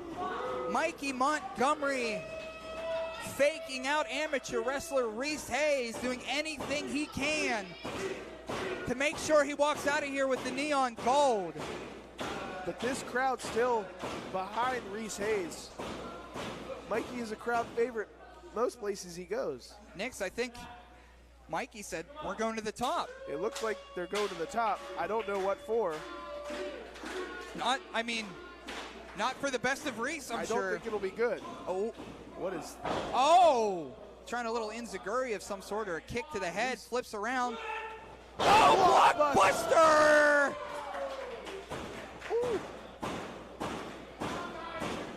Both competitors down in the ring. How could this turn out here again? Thank you for joining us at home. This has been a clinic from these two. The True Prince of Pro probably loves this one. Oh, absolutely. I know True Prince of Pro is eating this one up. Oh, big clothesline. Big clothesline. Duck under. Oh. Lands on his feet surprisingly. Reese is charging him, catches the boot. Uh-oh. Oh. Big knee from Mikey Montgomery. Oh. Reese with the big forearm. That's maybe the hardest forearm I've seen Reese throw ever. And oh, he almost was victorious with it. Bar none the hardest forearm I've ever seen Reese throw. Yeah. And the gnarliest Saito suplex I've ever seen him pull off too. And Reese Hayes has grown into that grit that the building perspires. You're so right. He is 880. He knows how to be a killer, and that's why he has the championship.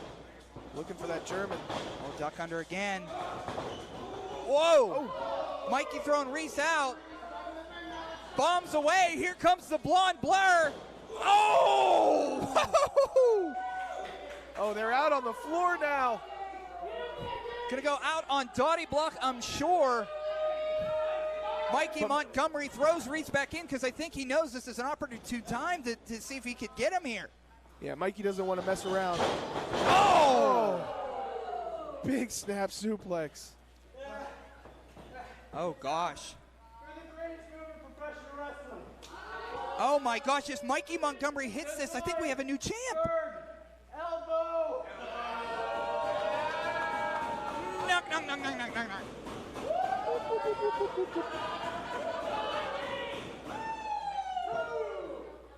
The Zoidberg elbow up and down, and he hits it. This could be it. We got a new champ. 1, 2, and oh, goodness gracious. I thought that was it, Toddy. I thought that was all she wrote on the amateur wrestler Reese Hayes' title reign. Next, what happens if Mikey gets this championship? What happens? I mean, do we have a champion anymore? We'll be sad. Yeah, fair. We'll be sad for a little bit. Oh, forearm. Oh, they're trading these big forearms back and forth. Oh. Headbutt. They're both on their feet, Nix. Somehow, Nix, both of these competitors aren't falling. I do not know how. Duck under. Yo! Plants him on the back of his brain. 2 and, oh my goodness, no winner yet. Just a 2 count.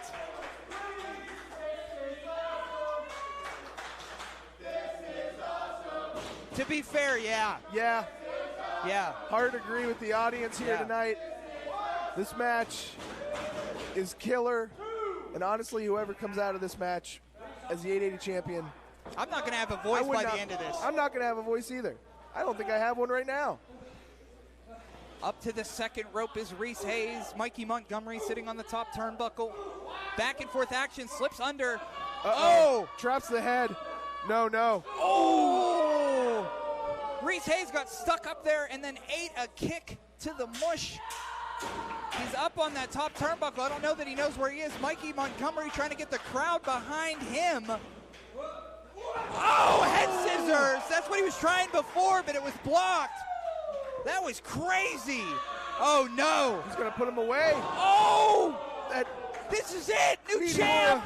2 and not yet. Holy guacamole. The amateur wrestler kicks out. This is bonkers. Amateur wrestler Reese Hayes showing that resiliency that we have known him for. I cannot believe this match right now. Is there blood somewhere? Somebody's elbow cut or something? Possibly, who knows? Oh, Reese against the ropes. He's holding on. Here comes Mikey back. Oh, big shoulder tackle. Shoulder tackle. Drop down. Leapfrog. Sunset flip. Sunset flip's gonna grab the legs. 2, 3, Reese wins. What a main event. What a main event. Reese caught him. Still 880 wrestling champion. He caught Mikey. Amateur wrestler Reese Hayes. Nick's wild. You saw your fellow Wildflower defend the neon gold against Mikey Montgomery. What's this? Oh, I don't know, Mikey. Come on, we were having fun. Give me that microphone, John.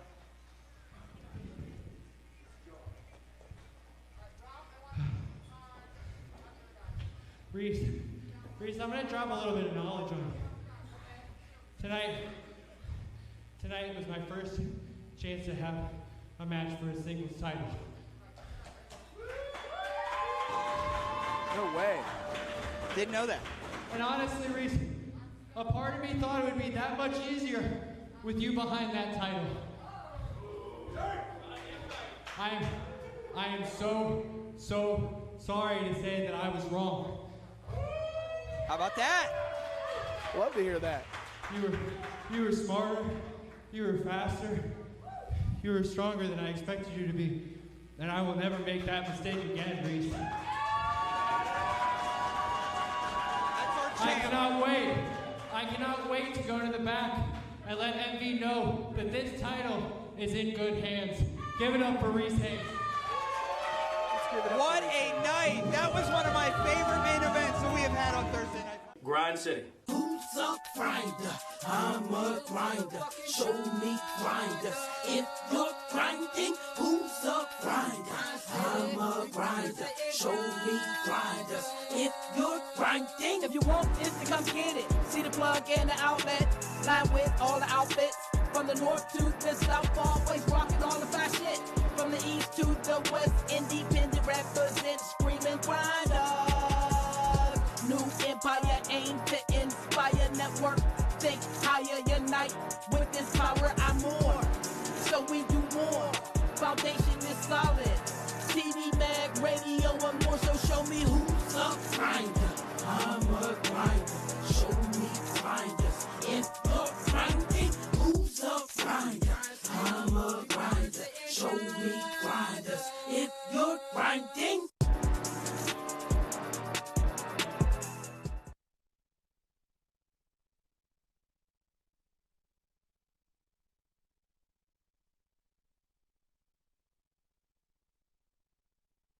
Well, hello, friends. I'm your pal in the mainstream media. And I'm the Riz. And, you know, Riz, it takes years of strenuous, dedicated training before you're worthy to step inside a professional wrestling ring. But it takes even more time to develop complex, highly astute opinions about professional wrestling. Am I right? That is correct. Yes. And you know where we can combine that? Yes. On the Wrestling Mayhem. That's right.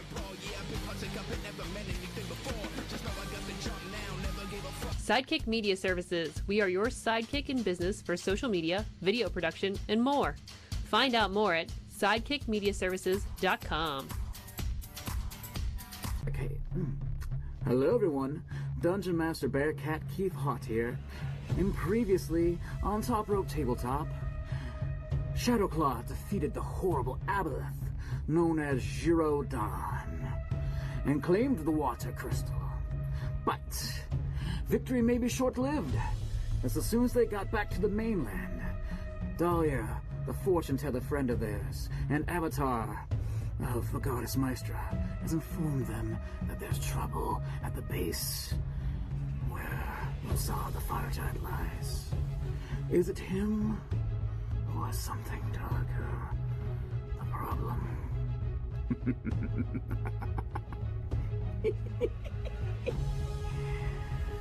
Tune in Friday, March 1st, 7 o'clock, and find out. See you soon.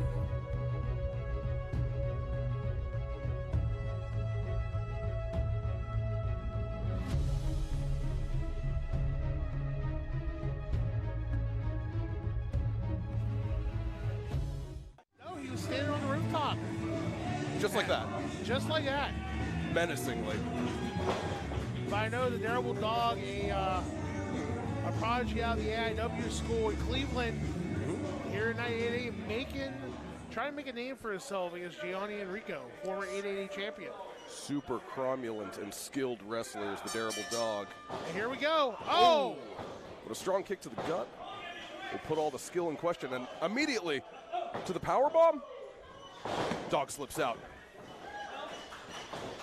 Up and over, rolling through. The dog strikes a pose. Nice shotgun drop kick there by the DareableDog. And the kip up. Hooking. Almost like a Russian leg sweep with the roll through there. Grounds Gianni, Michael, and Rico. And a pin there. Wow. I don't even know what to call that combination of holds that created that combination pin. Look at that kick there. Solid kicks. Working on that arm there. I genuinely do not know what I expected. Another pinfall attempt. Nice little maestro cradle. As unlikely as it seems, the DareableDog is taking on Gianni, Michael, and Rico, and again, grounding the larger man. Speaking of dog, there's a bulldog. Oh, I thought that was it there. Gianni Rico has a lot on his plate right now, especially what happened after what happened last Friday here at 8-8 when he accidentally, I say accidentally, kicked Frankie DeVille right in the face, almost killed him. Made him pretty. I always thought he was pretty. He made him prettier. Wes, you're a nice guy. You're a real nice guy for that one. That's what they say. They say I'm the nicest guy in wrestling, but I don't know about that. But they're outside the ring. The action spilled. A nice forearm to the back by Giani. Throws him back in the ring. And wait a minute. Let's wait for it. There it is. There's the pose. That's the moneymaker right there. Italian hands emoji. And kicks out, too. Dog still in the fight. Nope. We know how Gianni, Michael, and Rico has learned how to control the pace of his matches over his 880 championship run. And we're seeing that right now, slowing things down, stalling vertical, high brain buster. Oh, I spoke too soon. Oof. I don't know if you saw that slick little maneuver, a punch to the face as he hooked the leg. What a little prick. Train style Gianni. I take it back. He's a big prick. Don't tell him I said that. I won't say what. Hey, we're here right now. You can see on our screen. We are live today at Indie Wrestling Network, IndieWrestling.us, and YouTube. Make sure that you go to our YouTube page. You can see all our weekly shows, all our monthly events. You can also see we have 50 episodes from AA Wrestling Free on IndieWrestling.us as well. But tonight we are live on YouTube. Right now, we are all over social media. We are all over YouTube. We are on Twitch. We're on everywhere. So you can't say you cannot get the action here at 880 Wrestling. Yeah, get in the chat. Say something weird. Kick out by Giani after a nice Russian leg sweep, I thought it was. Italian leg sweep. Italian-American leg sweep. I thought he was Sicilian. I was trying to take all the nationalities out of the moves. I don't have that one quite yet. The arm capture, leg sweep side, I don't know. The DareableDog coming out. Oh, short elbows inside and under the jaw. So Giani, Michael, and Rico favoring the kisser there. And wow, the strength of the DareableDog. And actually goes the outside again. I don't know about you, but from years of experience in this business, I feel like the DareableDog might be getting ready to fly. What gives you that impression? Was it the cape? Oh, just the way he was standing there. Oh, look at that reserve and patience. Oh, nice kick to the leg. Oh, my God. A really solid leg kick. DareableDog walking a King's Road here. Ducks under the line. Scooped up. Swinging around. Does he hook? For the DDT. Go to get the cover, kid. Here we go. 1, 2. Oh, I thought he had him there. No fucking ZD, says Giani, Michael, and Rico. You said fuck. You can't say fuck. You can say fuck. We can say fuck? We won't get demonetized if I say fuck? You can say fuck. All right, cool. Oh, I just got on the headset. We can say fuck. Great. All right. Yeah. I wouldn't lie to you. I wouldn't lead you down that trap like Giani, Michael, and Rico just led DareableDog into the sole of his boot. And no, he's got the finish. Oh, there it is, the finishing hold. The Sicilian sleeper. The Sicilian sleeper, I love it. He's out, done. And another victory for Giani, Michael, and Rico. And look at that smile. Giani's like, this is nothing.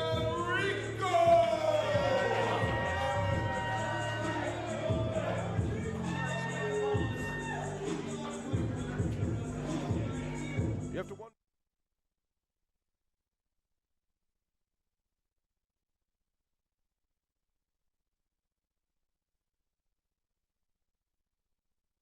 Well, hello, friends. I'm your pal in the mainstream media. And I'm the Riz. And, you know... Everybody ready on sound? I'm ready when I'm ready. Fans, a reminder, as we get back to the second half of the show, the action may come toward you. You would have seen it throughout the night already tonight, and especially in this next match. Some of our competitors may come out of the ring and towards you. In fact, a ladder is coming out of the ring and towards you right now. Leave lots of room. If the action comes towards you, stay safe and keep our wrestlers safe.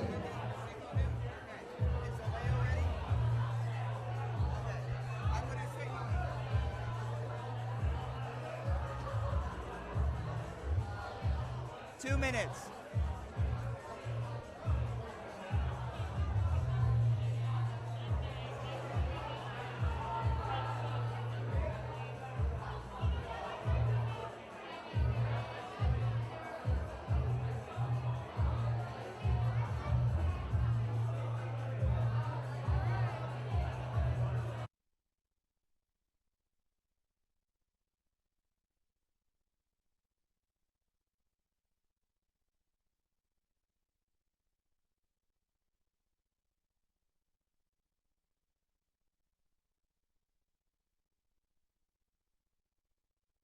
Well, hello, friends. I'm your pal in the mainstream media. And I'm the Riz. And, you know, Riz, it takes years of strenuous, dedicated training before you're worthy to step inside a professional wrestling ring. But it takes even more time to develop complex, highly astute opinions about professional wrestling. Am I right? That is correct. And you know where we can combine that? Yes. On the Wrestling Mayhem. That's right. Sidekick Media Services. We are your sidekick in business for social media, video production, and more. Find out more at sidekickmediaservices.com. Okay. Hello, everyone. Dungeon Master Bearcat Keith Hott here. And previously, on Top Rope Tabletop, Shadowclaw defeated the horrible aboleth known as Girodon and claimed the water crystal. But victory may be short-lived, as soon as they got back to the mainland, Dahlia the fortune-teller friend of theirs, and avatar of the goddess Maestra, has informed them that there's trouble at the base where the fire giant lies. Is it him or something darker? The problem.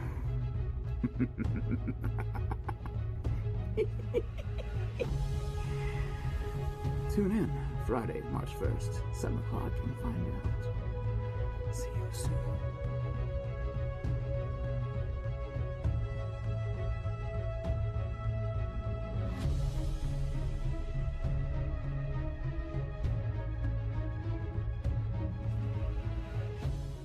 Reese hasn't lost. Is for the 880 Wrestling Championship. Introducing first, the challenger. He is the Blonde Blur, Mikey.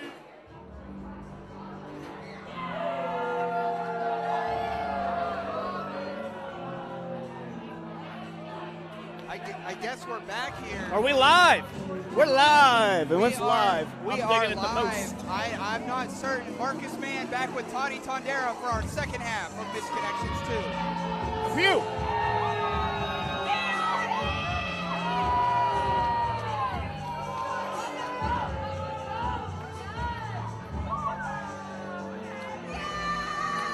And we see the first team in our DLC matchup this evening.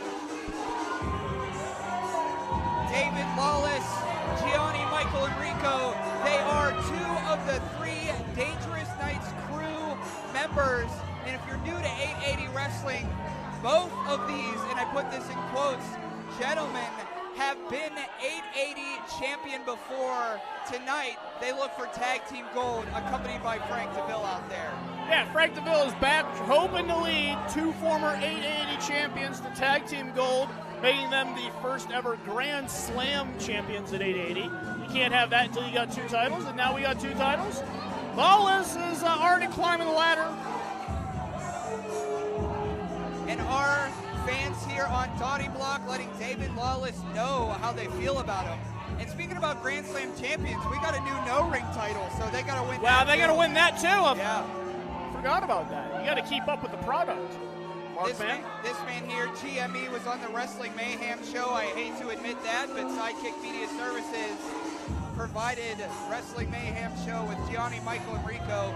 And always when you have a Dangerous Knights crew matchup, you have that Frank DeVille factor out there. Oh, yeah. Frank DeVille is, he used to be a real piece of garbage, is what I hear. Yeah, he used to be, I suppose. Yeah, well, Frank DeVille.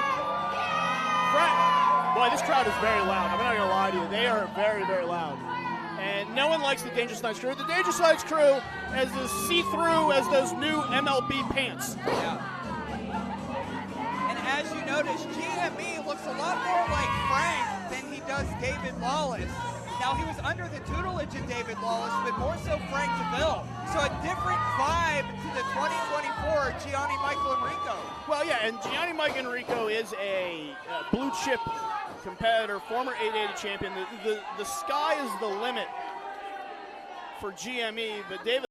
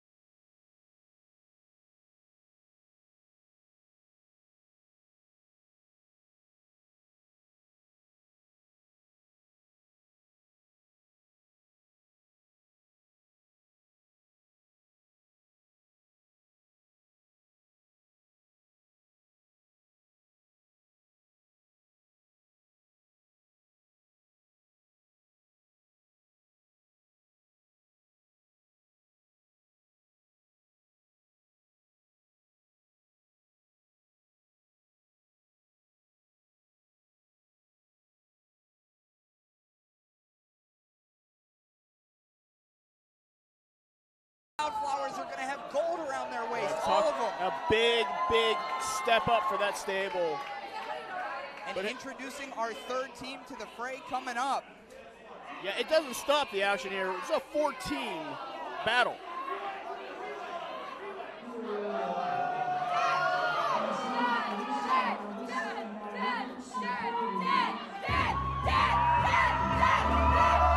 The Den of Desire is a faith, and you'll find out why.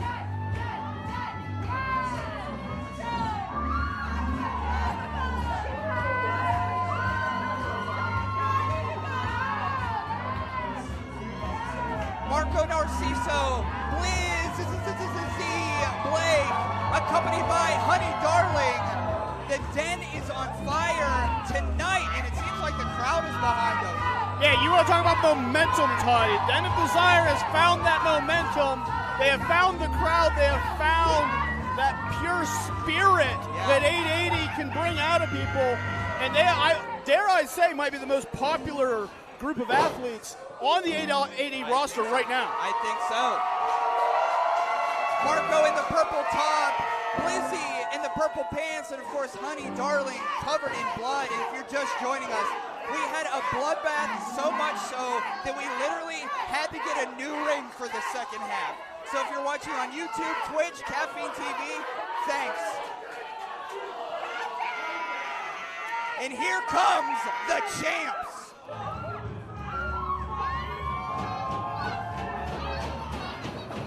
Damn, the whole room is shaking.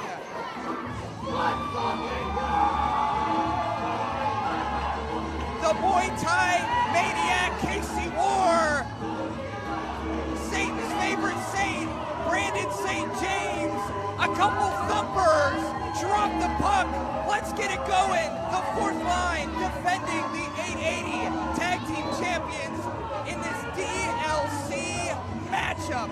A lot of bodies, a lot of carnage on the way.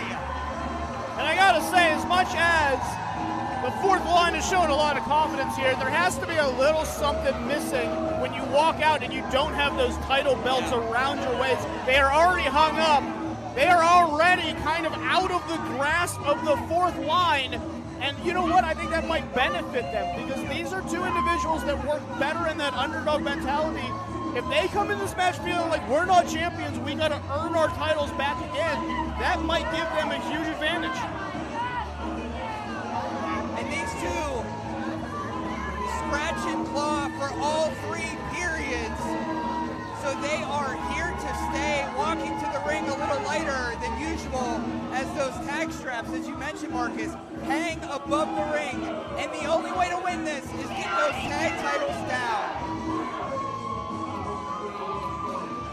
And of course, Dangerous Knight's crew always blocking the fourth line. The following contest. And here we go. Is a fatal four-way doors, ladders, and chairs match for the 880 Wrestling Tag Team Championships. The first competitor to climb the ladder and retrieve the title belts will earn the 880 Tag Team Championship for their team. Introducing first, accompanied tonight by their manager, Frank DeVille, who used to be a real piece of shit. Representing the Dangerous Knights crew, the team of the Italian strongman Giani, Michael, and Rico. And the gavel, David Lois Esquire. DNC looking ready to rock. From your local flower garden, the team of the NB Riot, Nyx Wild. And nature incarnate, the unwilting Tatiana. Together they are Wildeflowers. Quite an ovation for the Wildeflowers.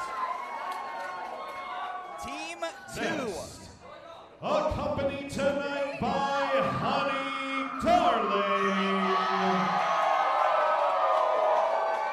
the team of Blizzy Blake and borderline indecent Marco Narciso. The Den of Desire. DOD has a swagger about them tonight. Who knows? Maybe they're the champs. The champions. From Pittsburgh, Pennsylvania, at a combined 420 penalty minutes, the team of Satan's favorite saint, the 880 Wrestling No Ring Champion, Brandon St. James, and the Muay Thai Maniac, KC War. They are heavy riffs and open ice hits, the fourth line. Big match feel on Dottie Block. Now, if this is your first 880 wrestling show, this all comes full circle. Because at Misconnections #1, we had a ladder match to depict the inaugural 880 champion. And this year, we went tag team style. Tag team ladder matches are so complicated because so much of this is about getting up that ladder. When you have so many people, any one individual can do this. We're talking about 8 individuals. Any one of them can get up a ladder and grab these titles at any given time. It creates a lot of chaos. And we're about to see that as the bell rings. DLC, doors, ladders, and chairs, and also fist fights. Let's get it going. And look, Tony, we're not going to be able to call a lot of this because it's just going to brawl. It's going to go all over the place. GME already to the floor. Blizzy Blake. With gold on the line, each of these competitors are going to give it their all. And it's sprawled to the floor. We got Casey, Brandon, and Blake inside. Oh, holy crap, what a clothesline like Brandon. Well, there's no friends here tonight as everyone's just battling and brawling for these titles. The champs are in there with David Lawless. Well, that's not good for David Lawless. That's good for us. Setting up for it. Oh, they called that one Sleuth Foot. Casey Ward, BSJ, the fourth line, raising the roof. Here comes Casey. Oh, big high knee. And I'm sure this feels so great. These two taking it to David Lawless. They've been waiting for this moment for quite some time. Brandon against the ropes. Knocks him down, and remember, you can't win for a pinfall, so they're just beating the tar out of David Lawless. Yeah, I mean, we all kind of dream of beating up David Lawless every single night. Yeah, true. Oh, the big man up, and the big man is down. Double suplex. Well, now, I was going to say, we get a quick shot. Blizzy Blake smartly getting back in this ring. A little too slowly, though. But yeah, obviously damage has been done on the floor. As now Brandon St. James taking it to Blizzy Blake. BSJ Look out. on the top with Blizzy GME Blake. just kicked Casey War over the top rope. Looking for a suplex. Uh-oh. Underneath. The big GME. Oh, that's the biggest fall of Rome we have seen. And the greatest Mama Luke evolution once held the title for 150 plus days. And he's showing why DNC has been in control of 880 prior. Yeah, look at this powerbomb by Giani, Michael, and Rico. And here's the ladder now being introduced from Frank DeVille's hands to David Lawless's attentions. And now they're alone in this ring. And there's Nick's Wild, the Sunflower, the Wildeflowers. Nick's Wild able to sling blade down. Get the sling blade, get Lawless from behind. The arrogance of DNC didn't realize that they were alone in the ring with a ladder, could just climb right up. Oh, Nick's Wild was thinking about setting that ladder up, and they went against it. They're having some fun with the ladder. Swinging for the fences is Nick's Wild. Some for Blake as well. How about that? Yeah, you got a lot of people. Oh, duck under. Oh! Marco scouting it with a pump kick to the neck of Nick's Wild. Yeah, that went right into Nick's Wild's neck. You want to talk about Kick. borderline indecent? There it is. Death and deal to Lawless. The pageantry of Marco may have slowed him up a little bit. Oh, and the Botanical Badass drives Marco down. Too much energy and time. You got to go for that. Look out. Gotcha. Oh, crust cutter onto Tatiana. BSJ. The old Edric Everhart. And BSJ is no stranger to weapons. Oh, but GME is no stranger to power slams. The Gymshark on attack. Giani, Michael, and Rico has got power for days. And he's got pedigree for days, too. Oh, but check out behind you. It's the Muay Thai Maniac. Bounce against the ropes. Pop up kick. Has GME stuttering on his feet. What is Casey going to go for here? Brain Buster down. Yeah, still no ladder set up. And that's going to be the early part of this match. It's a lot of damage, but no actual ladder set up yet. Oh, pump up power bomb. That got Nick's excited, and so did this audience. Oh. Was that a pump famouser? Yeah, kind of like a pump famouser. Wow. He's been doing it, yeah. Wow. Oh, no. Right on that knee brace. Oh. Right on that steel knee brace from David Lawless. And now Lawless, the veteran in this match, understands he's got to get that ladder, clear the ring. Oh, now he's calling for doors. David Lawless won with that. Has won the championship with that maneuver before, but again, you can't win with a pinfall. He's telling Giani can get to the doors. And this audience wants doors too, Frank DeVille. Well, you don't advertise doors and then not have them show up, Toddy. Oh, there's a danger restricted area door. That one seems extra dangerous. That might be the bathroom door. That was the bathroom door. I'm pretty sure it was. Yeah. And every match with Frank DeVille by ringside, no matter who he's accompanied by, this is a 3-on-2-on-2-on-2. And that's what a manager gives you. Trust me, Toddy, I've been that guy before. You can move furniture around, you got eyes on the floor, you can see a lot. And now the Wildeflowers are about to get planted. Oh. Hold on. Hold the phone. GME and Lawless thinks they're smart for avoiding it. Well, they are, but they didn't see next. Oh! Lawless through the door. Oh! Casey Ward just kicking the tar out of GME. Oh! Kicking right through the door. Third time's the charm, and GME might be out. That door was going nowhere, and Casey Ward just put his feet right through Giani, Michael, and Rico's skull. Usually I would say if you're a champion and you're defending against three other teams, you know, your chances aren't high. But the fourth line, I mean, they're grinders. They're used to this. Well, Brand St. James has set up the ladder. It's not near the titles, though. And I got to say, this might be a mistake. This might cost them their titles. What does BSJ and Casey Ward well, have they got in mind? chair. They got chairs. Again, we advertised chairs. Yes, so they have to show up at some point.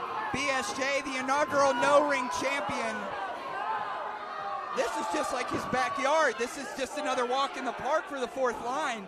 They're taking everybody else to the next level. Yeah, just continue to do damage. And now we're going to set up doors on chairs and make like a little makeshift living room. Yeah. Uh-oh. Oh.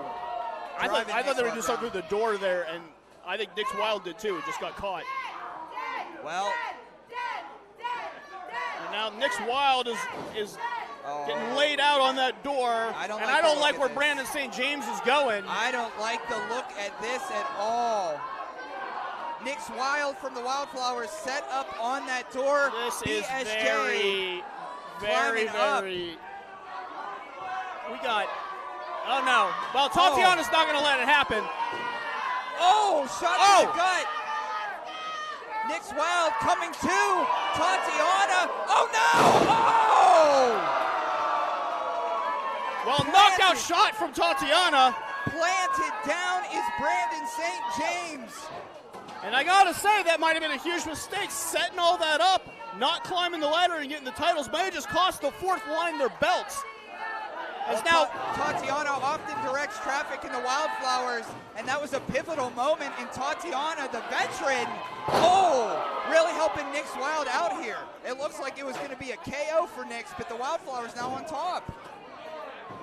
And now we got another door. What are we doing? We're going to set that up in a new way with the chairs. Okay. Similar. All right, we're going back to... Now Casey is the one on the door. We're talking goose and gander now, but obviously it took too long, and Marco Nociso has that kendo stick that Tatiana brought to the ring. And Marco can be awfully wicked, and he is showing his ways, and that's why they say he is borderline indecent. And now where's Blizzy Blake is now going up. Marco says Blizzy go up, and Blizzy step-by-step climbing the ladder. Casey is still down. This is precarious. Hanging, I don't like this. Literally hanging from the rafters. Frog splash! Blizzy with the big frog splash for the Den of Desire. Well, the Den of Desire just took out the fourth line, and they got to grab this ladder and get these titles. Oh, but look out. Frank DeVille's got a chair. Oh, what did I say? Come on. What did I say? It's the Frank DeVille factor again. He looks like he's dressed up for his own funeral tonight. Frank DeVille, if he was a character in a video game, would have one move, and that was it. Hey. And wait, Frank DeVille can't climb the ladder and win. I was going to say, what? He's going to... Oh, man, I would not mess with Honey Darling tonight. Not after what she went through and witnessed tonight. Honey has been through hell, and she's not going to take any of this. Oh! Sent Frank DeVille on his ass. What a night for Honey Darling. Now get your people up and get these titles.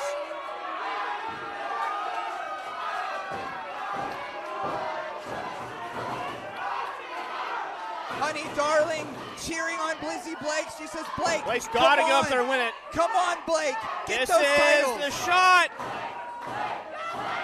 The fans behind Blake now. Could the Den of Desire be the tag champs? And Blake is up. Oh, no. Oh, no. The fourth line's got the ladder. Oh, Look no. out. Oh, my goodness. Leaning tower. Blizzy Blake gets ejected from the ring. And now the fourth line, who I thought was taken out of this completely, is climbing this ladder, and they're about to grab their titles. Oh, they got Hands the are belts. on them. They got the Hands belts. are on them. They got him. They got him. The fourth line retained. Here are your winners, and still 880 Wrestling Tag Team Champions, KC Moore and Brandon St. James, the fourth line. Bodies flying everywhere. The fourth line in a situation that I believe those sick freaks love to be in. The fourth line retained the 880 Tag Team Championship. Yeah, but it was close, Toddy. The Den of Desire almost won those tag team titles. Fourth line able to survive, but I gotta say, Toddy, this shows you how close this tag team division is. Look at that replay. Blizzy getting a leaning tower from the fourth line, careening into our audience, and nobody is coming back after that one in good shape. A match like that will shorten your career, but the fourth line welcomed the challenge. Yeah, and a huge win for the fourth line. But as I said, this tag division keeps getting closer and closer and closer. This is the closest they've come to losing those tag team titles. And as champions, it's only going to get harder every single event. I believe that's the sixth defense, quite possibly, if not very close. What a performance. Again, thank you on YouTube. Thank you on Twitch. I see the chat going down. Lonnie, I hope New Jersey's treating you well. Once again, still your 880 Wrestling Tag Team Champions, the Fourth Line. Crazy night.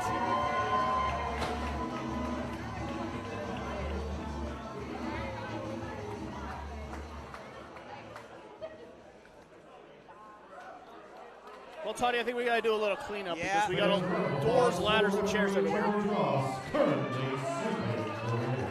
Give it up for George. We are giving it up for George. That's nice. George finishes up. Let's remind you once again, the next big 880 wrestling show is just 2 weeks from tonight. And it is No Ring, No Rules 3. We will be back on the south side of Pittsburgh for a No Ring show at One Up Skate Park, 1010 Framework Street in the south side. That is Friday, March 8th, 2 weeks from tonight. 2 weeks. You know where I'm going to be. Just a lot of bodies, a lot of weapons, and a lot of violence tonight. 3 more to go. Big match feel coming up. Let's get it rocking in here.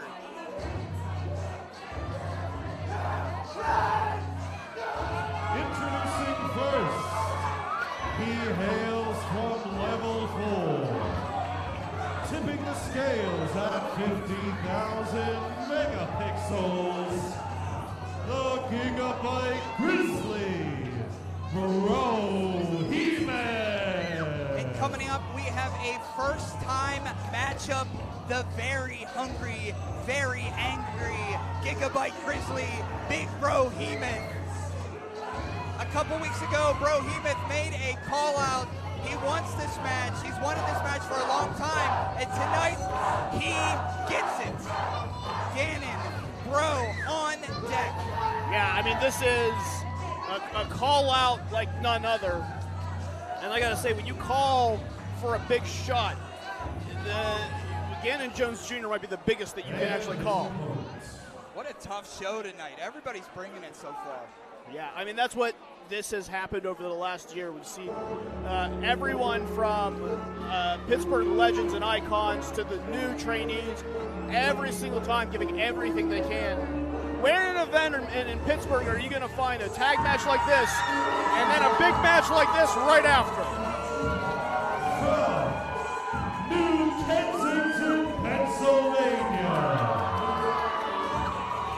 weighing in tonight at 265 pounds, the All-Star, Ganon Jones Jr.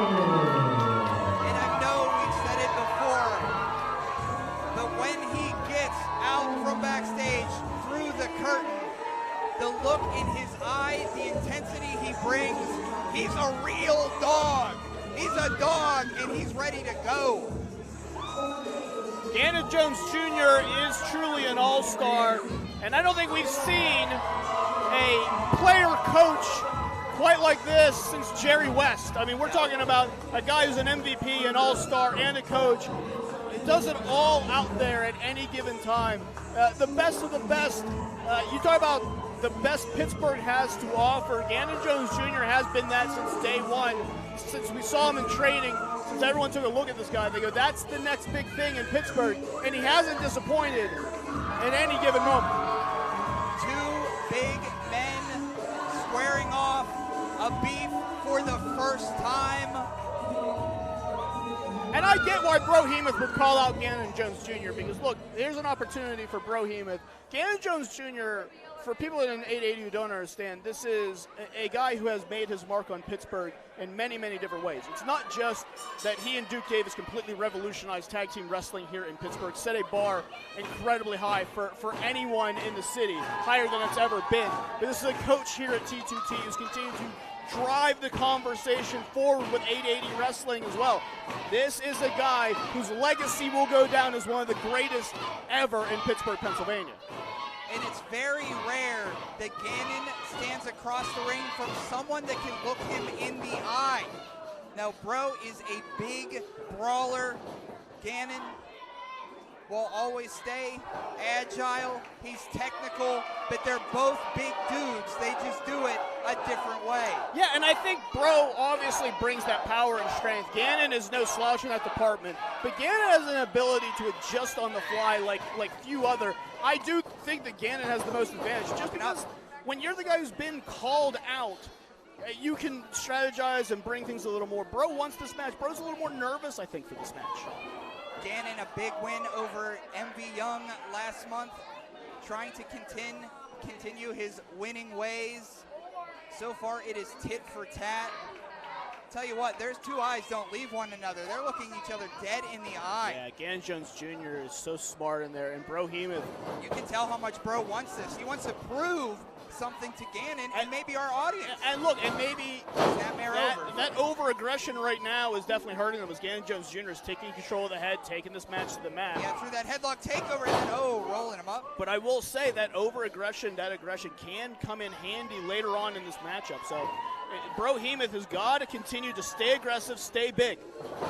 Oh, Brohemoth trying to create space, but Ganon grinding in that headlock, taking it down to one knee. Perfect strategy so far by the All-Star. Oh, Ganon wants to play by his own rules, and he doesn't want Bro to get that early advantage. Yeah, how many people does Brohemoth run a shoulder into that don't go down? But Ganon a little sore off of that. I was going to try again. Ooh, and neither going down again. Yeah, that shoulder. Anytime that Ganon puts that shoulder into him, I'm used to just people flying, but Big Bro isn't flying out of the way. He's standing that's there. a lot of mass and a lot of pinpoint right into those shoulder blades, or excuse me, those shoulder joints. And Ganon Jones Jr. is feeling it already. Oh, duck under. Big leapfrog through. Oh, connecting with that drop kick. Oh, another one, and Bro knocked to the outside. And that's what Ganon Jones Jr. can bring at any given time. It's that. This guy is the real deal in everything he does. And now Ganon Jones Jr. might be looking to fly. Is he? No, he's not going to do this. Oh. Brohemoth smartly getting out of the way, because a man like Ganon Jones Jr. with that much speed and that much height flying at you. Catches the boot. Throwing the boot back. And I heard some boos from our audience towards Brohemoth. I'm not used to hearing that. No, usually Brohemoth is a fan favorite, and I understand why. But look, Pittsburgh doesn't like when people that they enjoy, that they love, fight. And Brohemoth calling out a fan favorite like that, can kind of sour a little bit. They don't want to see Ganon Jones Jr. get beat up. They want to see these guys, fight together, or fight someone like Juni Underwood or David Lawless, or David Lawless again, or maybe David Lawless for a third time. Maybe in a fourth, huh? Yeah. But Ganon is pushed back into the ring. Brohemoth took it to the outside a little bit, and now he took control on the outside. I think he wanted to do a little bit of Bro's rolls, and now that Bro is back in control, of course he's going to slide Ganon back in. And now, taking control over the offense with a big elbow too. And this is where Brohemoth really does shine and can keep this pace. Ganon Jones Jr. does have that speed advantage. We saw it earlier, those big drop kicks. If Brohemoth can keep this type of advantage, this type of speed, Brohemoth can win this match very easily. He's a strong boy in there. Shots to the gut there. Ganon on one knee, but Big Bro hammer fisting through. Look how angry Brohemoth is tonight. And of course, in just a little while, the 880 championship on the line. Amateur wrestler Reese Hayes defends that title against the Pyro Prince, Juni Underwood. So if you're watching from home, keep to your computers. Oh, duck under there. Up and, whoa! I thought they were going to be slammed through our new ring here that we had to create after that big DLC match. Ganon back in control. Going for maybe a suplex, going to get the big man up. Blocked by Brohemoth. I don't know if that was smart going for a move like that. Up. Swing and a miss. Ripcord headbutt. Goodness. And Ganon Jones Jr. might be out. if Brohemoth didn't rock himself on that Oh, maneuver, yeah, he could have made a cover there, maybe a win. He's but going to cover now. Coming 2-2-0.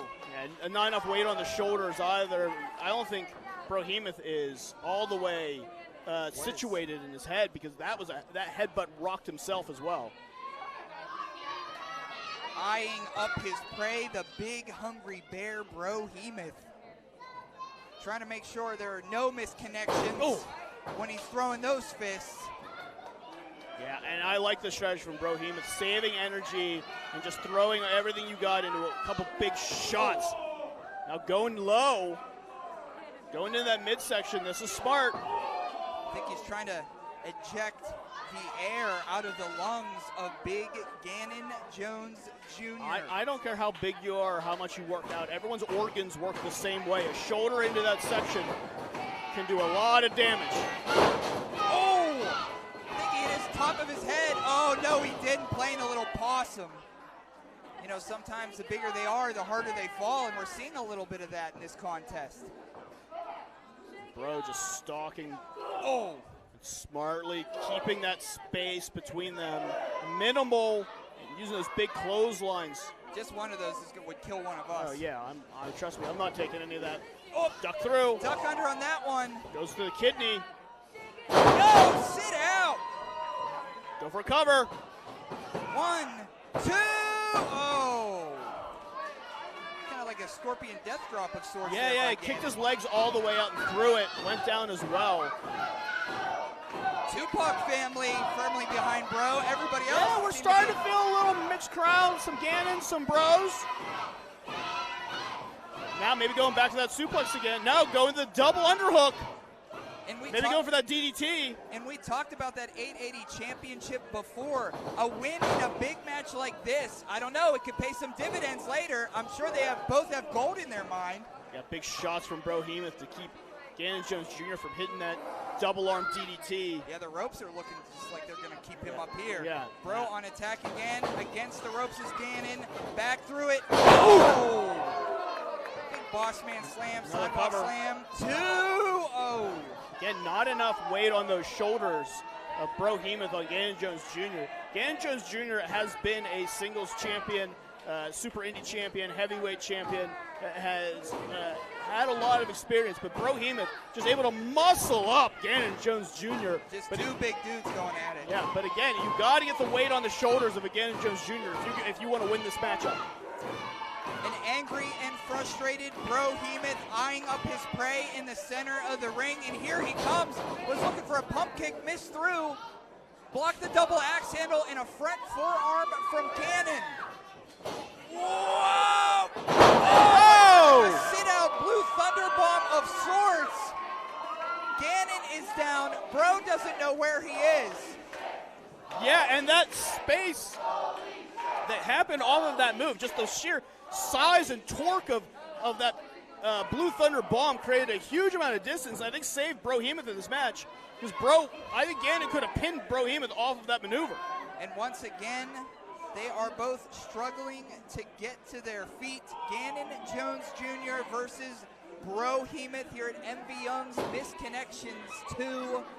Thank you for joining us. This is our second half of the show. We've seen a lot of carnage, and this one is living up to the hype as well. Now it's getting down. First time matchup between these two, and they are just taking everything out of their arsenal and throwing it at the other opponent. Yeah, this is a who wants it more moment, and Brohemoth had wanted, You're right. wanted this match so bad. Now how much does he want it? Oh, slat. Ganon's just trying to fight back, but they are just on wobbly legs. Ooh. I don't think either one of them has been the same since that headbutt, Toddy. Yeah, you're right. Oh, back elbow. To your point, they don't even know where they are. Oh, knee strike. See that? That knee went higher than his head. Now another headbutt. The athleticism of Ganon Jones Jr., but again, another big headbutt by Brohemoth. But as we were talking about, those headbutts put Brohemoth through a fit as well. They may knock out Ganon, but Brohemoth, it's all fuzzy for both of them right now. Not able to shake the cobwebs and capitalize. It was a defensive maneuver just to stay in this match after that knee strike. And Bro was able to, but got to do something here if you're Brohemoth to get Ganon on the mat and get those shoulders pinned. Ooh, big splash there we by go. Brohemoth. Build some energy. You got to build some momentum. This matchup has been back and forth and back and forth and back and forth. There's not been, you know, a 6-7 minute period where either of these folks had their offense in. No. They're just working on and each look, other. Brohemoth is a student of Ganon Jones Jr. Ganon go over that whisper in the wind, and Bro saw it coming, and now is Ganon in a very prone position. Right below us here. This is something else. Look out. Trying to rip him off the top rope, it looks like. Ganon Jones Jr. knows better, is holding on for dear life. The last thing that Ganon Jones Jr. wants to have happen is to have Brohemoth throw him off from there. Elbows him in the nose. That's going to blur your eyes a little bit. Ganon turns around on that second rope, and he may not be going for that whisper in the wind anymore, but... No. Oh!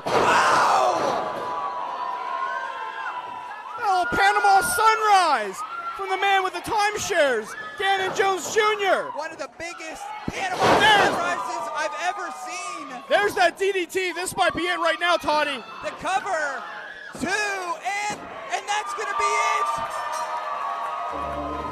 Here is your winner, Ganon Jones Jr.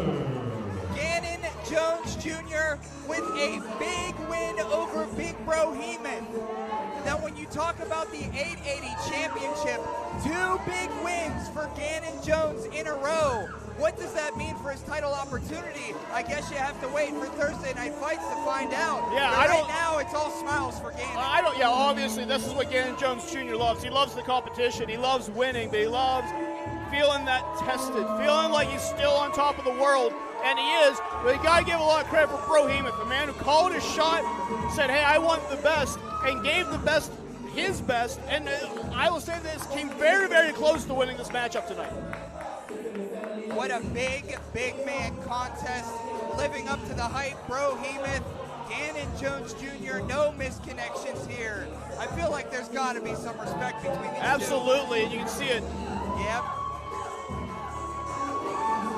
And that's what's so great about 880. Look, sometimes friends fight because this is competition. This is what they do. But at the end of the day, you got to respect yourselves and your opponent. Fantastic match by these two. We fight to be the best in Pittsburgh and the best in independent wrestling, and that's what you saw right there. One more time for Brohemoth.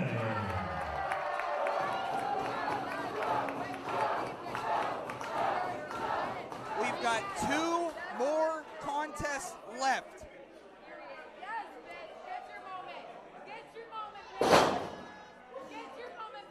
Paris is out here for some reason. I was just taking a drink here. For I was getting my tea set up. From Oh! behind, is that? Oh, it's Zeke Mercer. I didn't know that Zeke and Paris were still here. I thought they left. We were taking a break here, and in the ring, Zeke Mercer. Oh! I thought Zeke Mercer left. Now it makes sense why Amanda is out there with the cell phone. Amanda's been out there. I thought Amanda was scouting again, and I didn't say anything about it, but it's clear that this was all a setup. And she's ready to film all of this. And now, armbar, I mean, like, look, Brohemoth is knocked out. Zeke Mercer stalking their prey. What is this? Got the hair of Brohemoth and just opening up the head just to get those shots in. What is? Oh, no! Not this. We don't have to. We just had a. You don't have to do this to prove anything, Zeke. This. Zeke, you don't have to do this. You don't have to prove anything. Zeke Mercer cutting off the hair of Big Brohemoth. This is just disgusting. We've had athletic contests tonight. We've had doors, ladders, chairs. We've had blood. But this is just despicable. There's no reason that anybody needs to do this. And Brohemoth is out cold. Oh, goodness.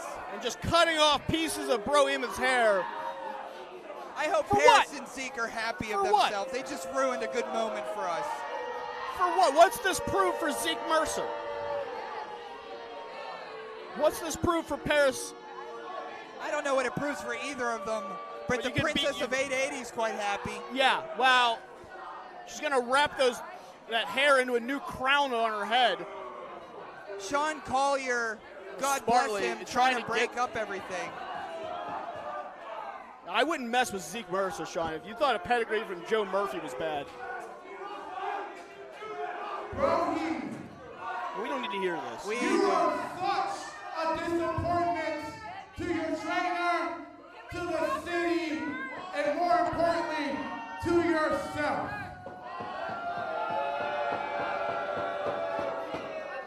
Not only I would have beaten Ganon, but I would have beaten him in 5 minutes before his kids, which you couldn't do. What is this about? What is I have no idea. I have no idea. So how about this, Brohemoth? How about this, Brohemoth? I already took some hair. That's your punishment to be bald headed like me. Alright? So I want you to go home, get ready, go talk to your mama, go get some better gear, and I'll see you out Philly. We have a first call out for our WrestleMania weekend show. I guess Zeke Mercer wants Big Bro in Philly. Well, if Zeke Mercer won a fight, I think you could have just asked Brohemoth. Didn't need to do all of that to get a fight. And now Brohemoth is going to show up in Philadelphia and is going to... We've seen some crazy things tonight, but nothing is more as pathetic with Zeke Mercer Yeah, and that's Paris the perfect word, Cody. We've seen a lot of stuff. We've seen blood, we've seen violence, we've seen fun, but this is just pathetic. It's a pathetic call for attention by Zeke Mercer and Paris Sahara and Amanda and all that, and shouldn't have showed any of it. Let's fast forward. Let's just get to the action. And while I was not the way to let you know, he is correct. 880 Wrestling will be making its debut in Philadelphia, Pennsylvania during Mania weekend. Thursday night fights live in Philadelphia. Hope to join us there. Follow 880 Wrestling on social media for more. Be sure you stop by the merch and a round of applause for the bar tonight. Stop and get some drinks and concessions while the show continues. We got 2 more matches. Thanks for sticking around. The following tag team contest is scheduled for one fall. More tag team action coming up. 2 of our hottest tag teams.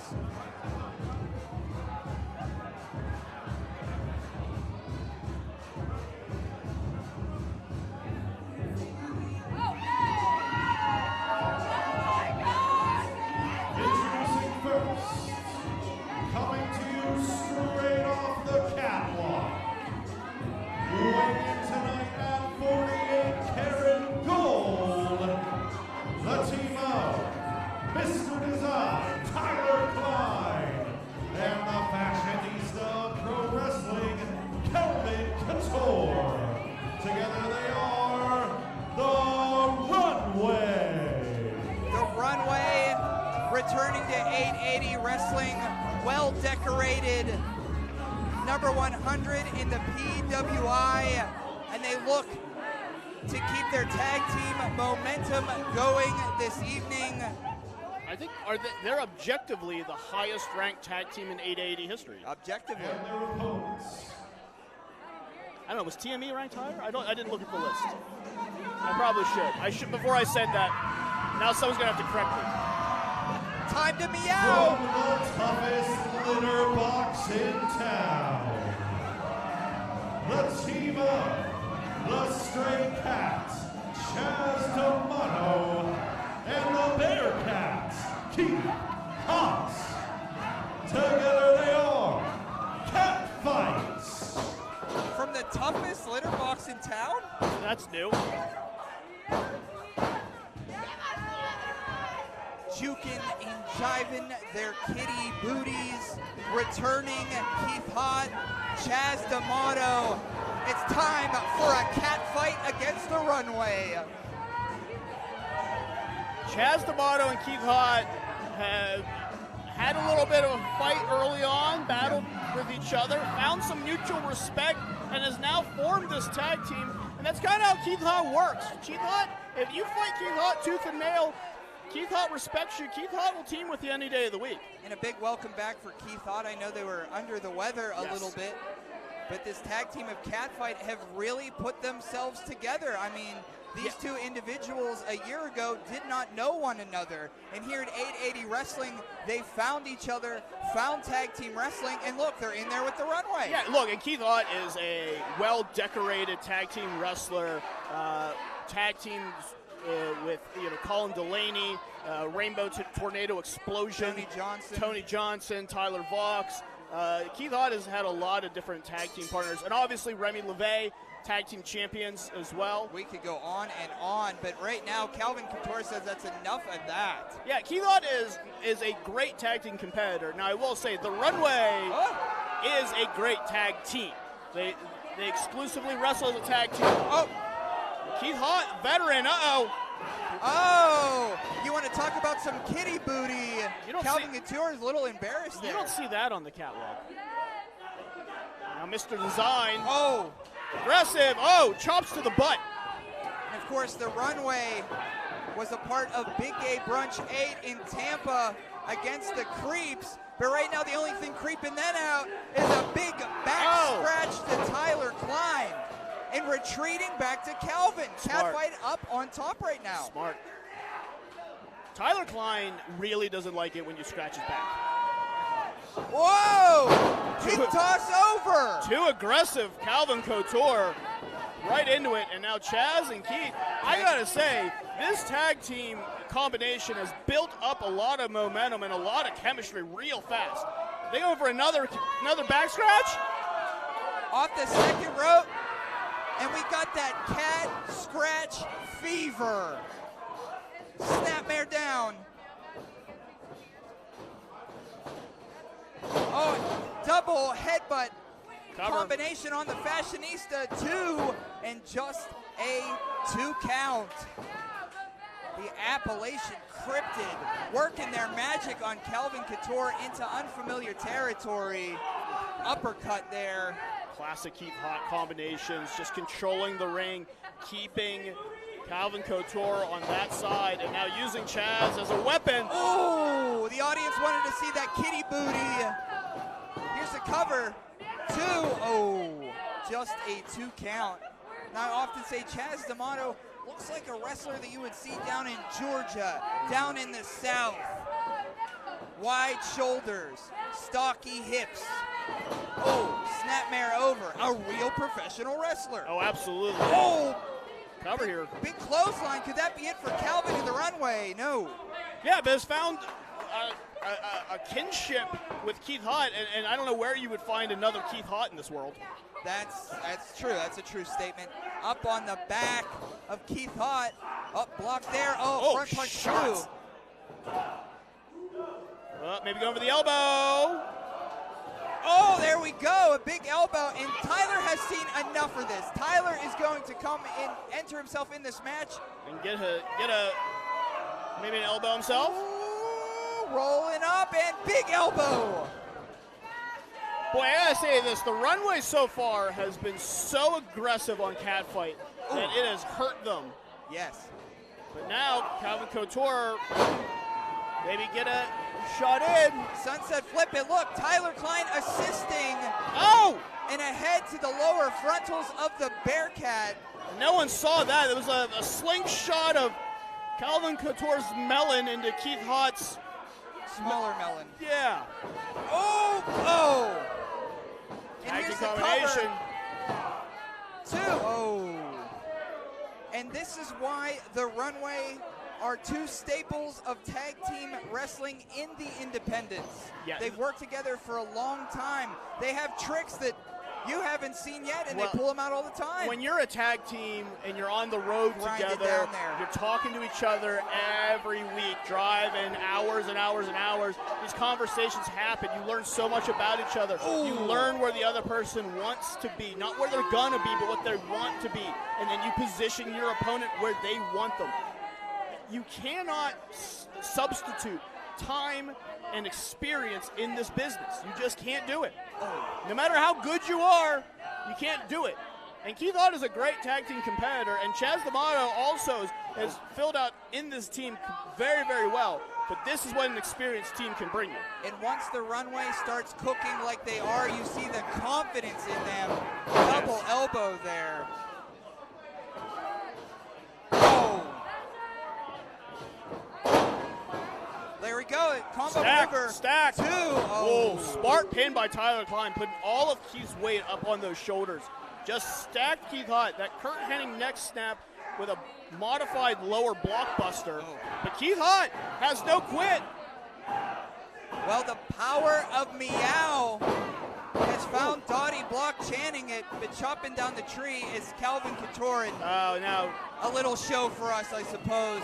Oh! Big hip attack, taste of their own medicine. The cover from Tyler Klein.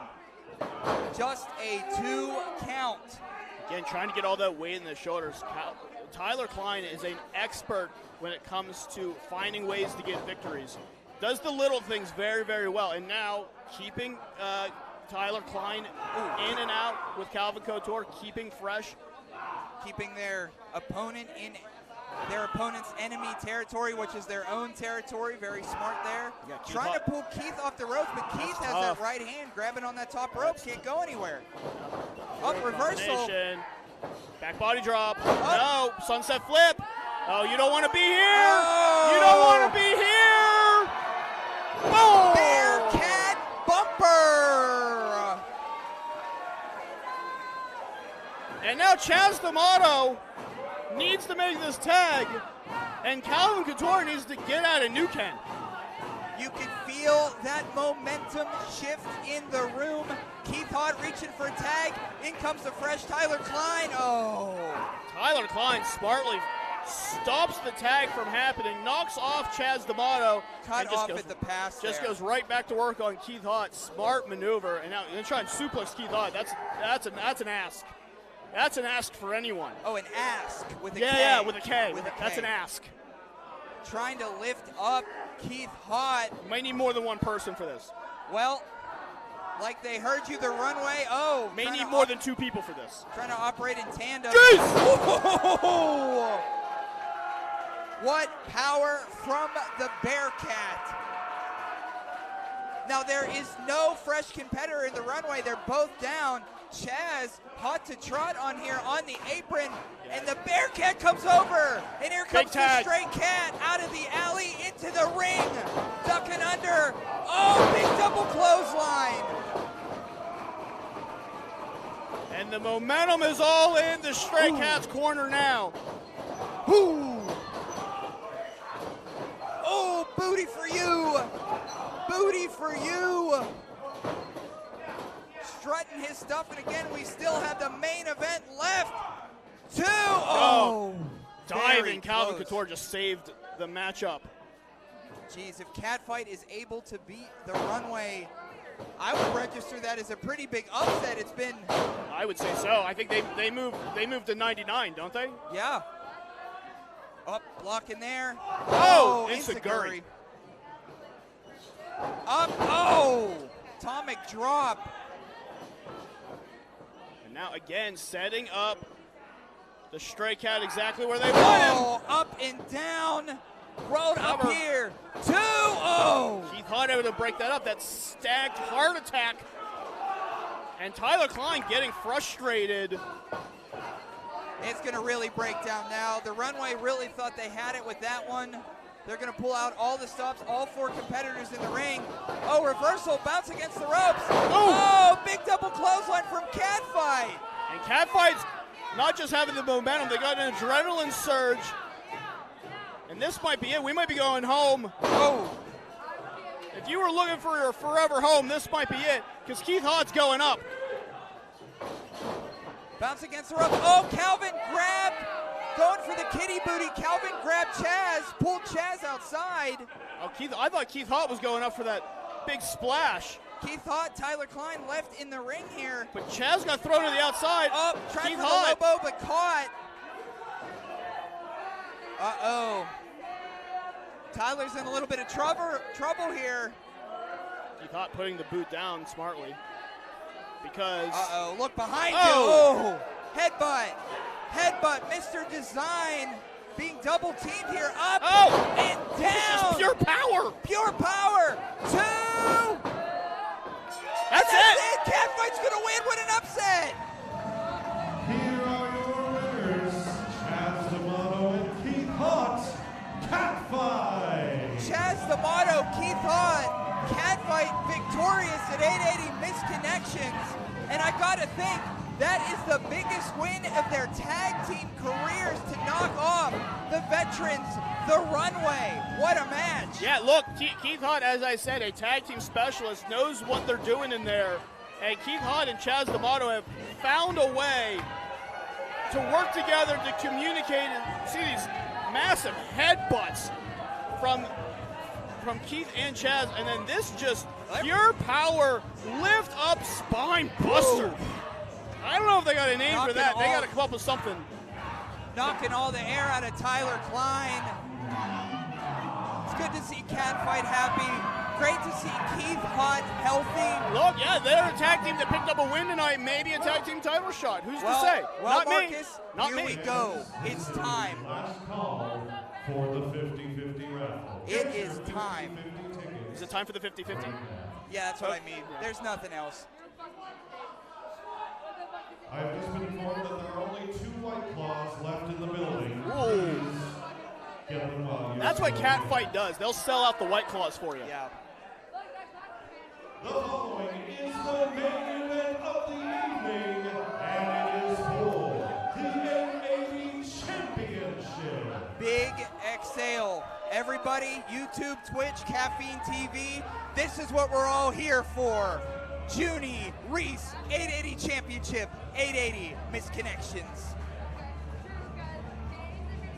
And he's starting little fires everywhere.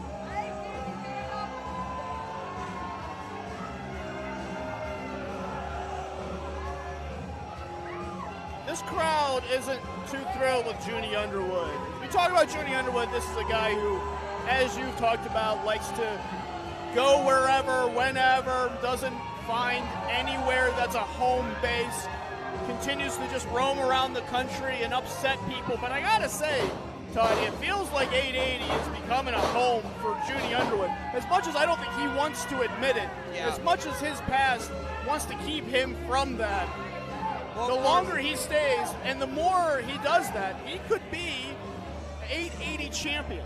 Yeah. And if you're champion of a place, that's your home. Juni Underwood, of course, is from anywhere he wakes up. And imagine our title just being anywhere from here to Philadelphia or wherever the heck he goes. But we've watched Juni Underwood, I hate to say mature, but mature and grow. And this is his first shot at Reese. And here comes amateur wrestler on DareableDog.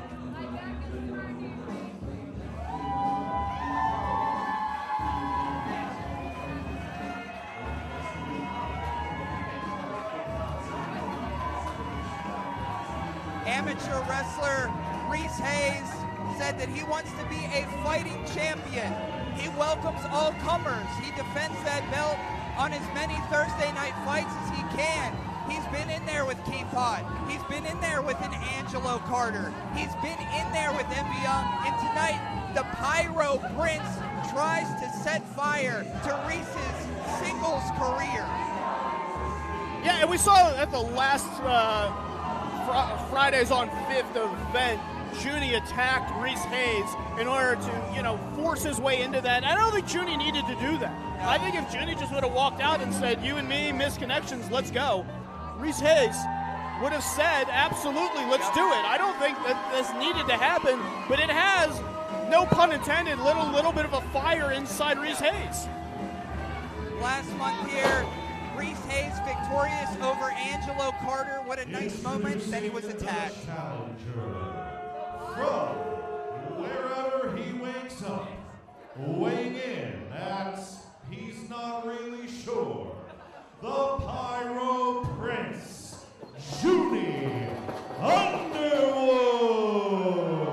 The cocky as ever, the brash challenger, Juni Underwood. And his opponent, fighting out of Pittsburgh, Pennsylvania, weighing in tonight at 165 pounds, your 880 champion, amateur wrestler, Reese Hayes. The people love this guy. Even when he wasn't on the winning side of things, we always knew what he could be, and he's growing into that gladiator, growing into that champion, and that's why you hear everybody calling his name. Yeah, we've seen Reese Hayes go from ultimate underdog to ultimate champion, representing this company, defending this company, finding ways to get these victories. But Juni Underwood is a different animal. He's a different type of cat. Yeah, that I don't think Reese has had to deal with. It is that fire that the pyro. I would say the fire that the Pyro Prince set inside Reese Hayes that might be an undoing. If he gets too aggressive, if he tries to get revenge too quick. Of course, amateur wrestler Reese Hayes was a part of Wrestlers Lab in Ridgefield Park, New Jersey. He's got fans in New Jersey. He had a whole row. There's about 10 of them up there for him. Everybody loves Reese. Yeah, Reese Hayes finding his way through this business. And it's not easy. As Juni Underwood will tell you, the road isn't quite easy. It isn't kind.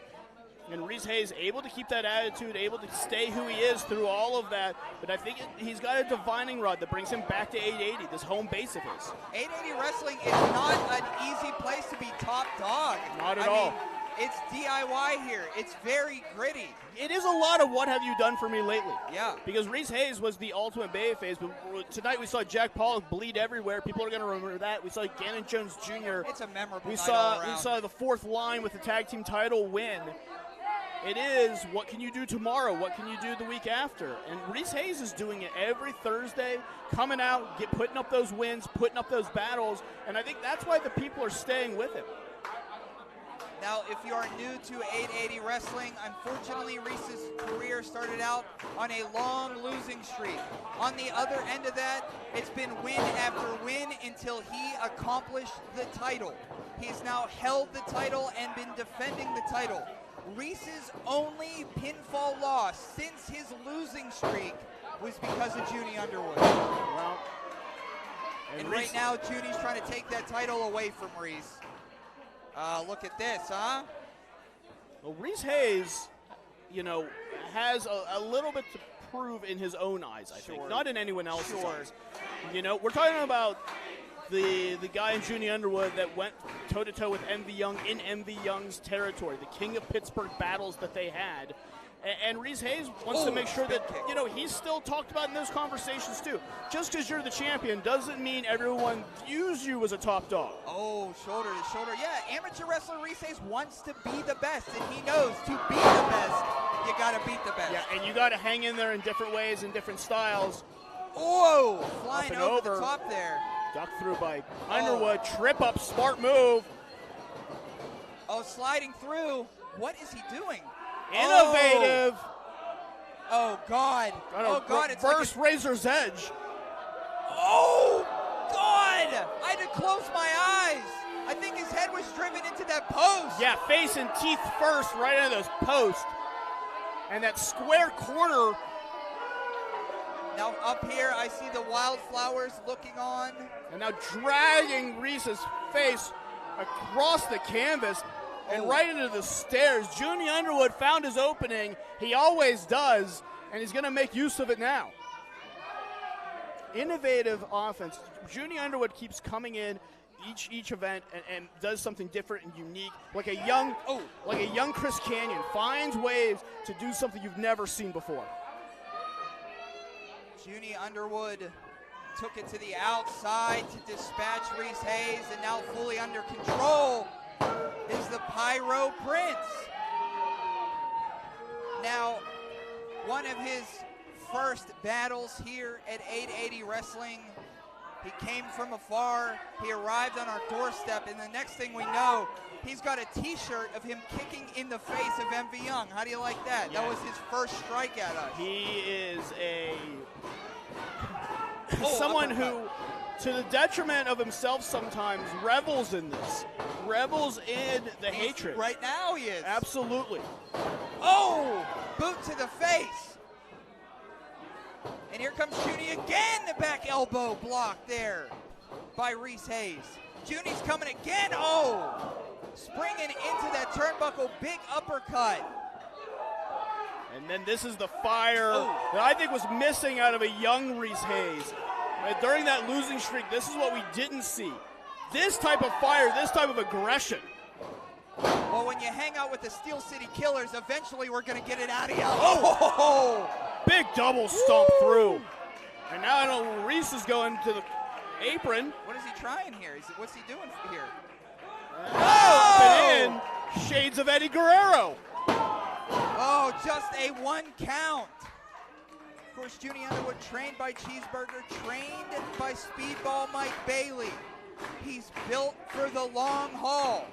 Is Reese Hayes built for that same long haul? We shall see. Reese Hayes doesn't want to be in for the long haul. Wants to end this right now. Oh, up to the top turnbuckle. Oh, his foot got way up there. Yeah, Kick to the back of the head in that lifted tree of Enziguri. Now we're in a tree of woe. Oh! Woe is right. Making the Taskmaster proud. Pulling Reese away from the ropes in the cover, 2 and no. Ooh! Referee George Ross says just a 2 count for Juni. That was Juni's best opportunity to win this, and Juni can't get frustrated. He's got to stay on Reese Hayes smartly. But that tree of woe, that drop kick straight to Reese's face. Watch it again as Juni Underwood comes straight in. Remember, that face took that ring post earlier. Same post. Absolutely. Juni Underwood's found his spot. Oh, he might be going for it again. We saw it earlier. That reverse outsider's edge. Juni has Reese up. Oh, Reese breaks out of it the second time.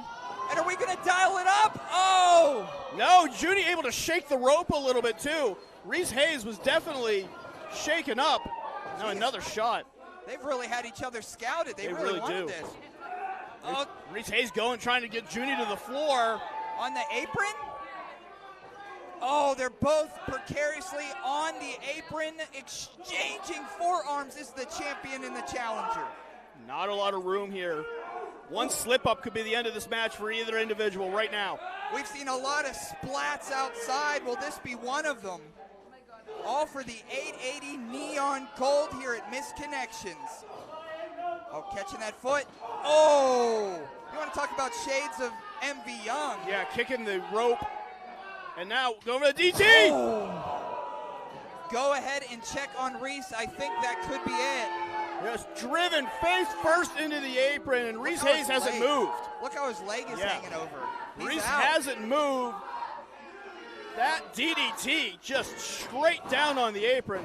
This might be it. 2 and ooh, not quite. No, getting a little nervous is the Pyro Prince. I'm trying to read Juni's expressions. Usually I got kind of a little bit of a Rosetta Stone for him, and I don't know if I'm reading him correctly or not. He doesn't seem nervous, but there's something tickling the back of him right now, if you ask me. Juni Underwood is a weird cat. He's just a weird guy. Juni Underwood is super hard to read, and it's super hard to have him as an opponent. Absolutely. One of those reasons. You don't really know where he's coming from, but now he's going to try and wow, throw that violence in. All his weight into that. Amateur wrestler Reese Hayes bounces off that turnbuckle. Yeah, hard buckle. And the other way around here. And another. Reese Hayes is all out of sorts. He has been taking a lot of damage to the face and skull. He's got to be a little shaken up. He took that DDT, that ring post. It's just so much damage. Oh. Of course, Juni has been in there with a cavalcade of superstars from 880 Wrestling. He's been in there with our best, and I'll be honest, he's beat most of them. And like I said, he's not just surviving in there with the best 880 has to offer. He often is thriving in there, and he is right now. And if he can get Reese Hayes up for the superplex, this will be it. I can promise you that. And Reese Hayes knows it and is fighting for his life up there. Anything to get him off that rope. A headbutt. Here comes Reese on the top. Oh, big blockbuster, and we're not talking about the video store. Let's go, Reese. And Juni is shaken up, did not see that coming, clearly, and now trying to find the ropes to get himself back up. Oh, duck under. Holding on to that arm in a big clothesline. Oh, rolling through. Oh. Look at this offense. Yeah. Oh! This is shades of a head coach that I know. This is some all-star activity right now. Dare I say, kind of veteran instincts from the young man, our babyface hero. And now maybe going for that German. Oh, Juni feels it. Oh, Juni was trying to hold on. Trying to roll through. Rolling German. 2. Oh. Able to kick out. I don't think Reese Hayes got all of it. The damage that Reese Hayes has suffered at the hands of Juni Underwood, he could not get the height that he wanted on that pop on that German, and Juni Underwood able to survive. Look, I'm glad this contest is on a Friday night because it's going to take all weekend for these two to recover. They'll go for that slingshot suplex. Yeah, some type of Saito, I think. Oh, Juni blocking it, hammering down with the elbows, duck under.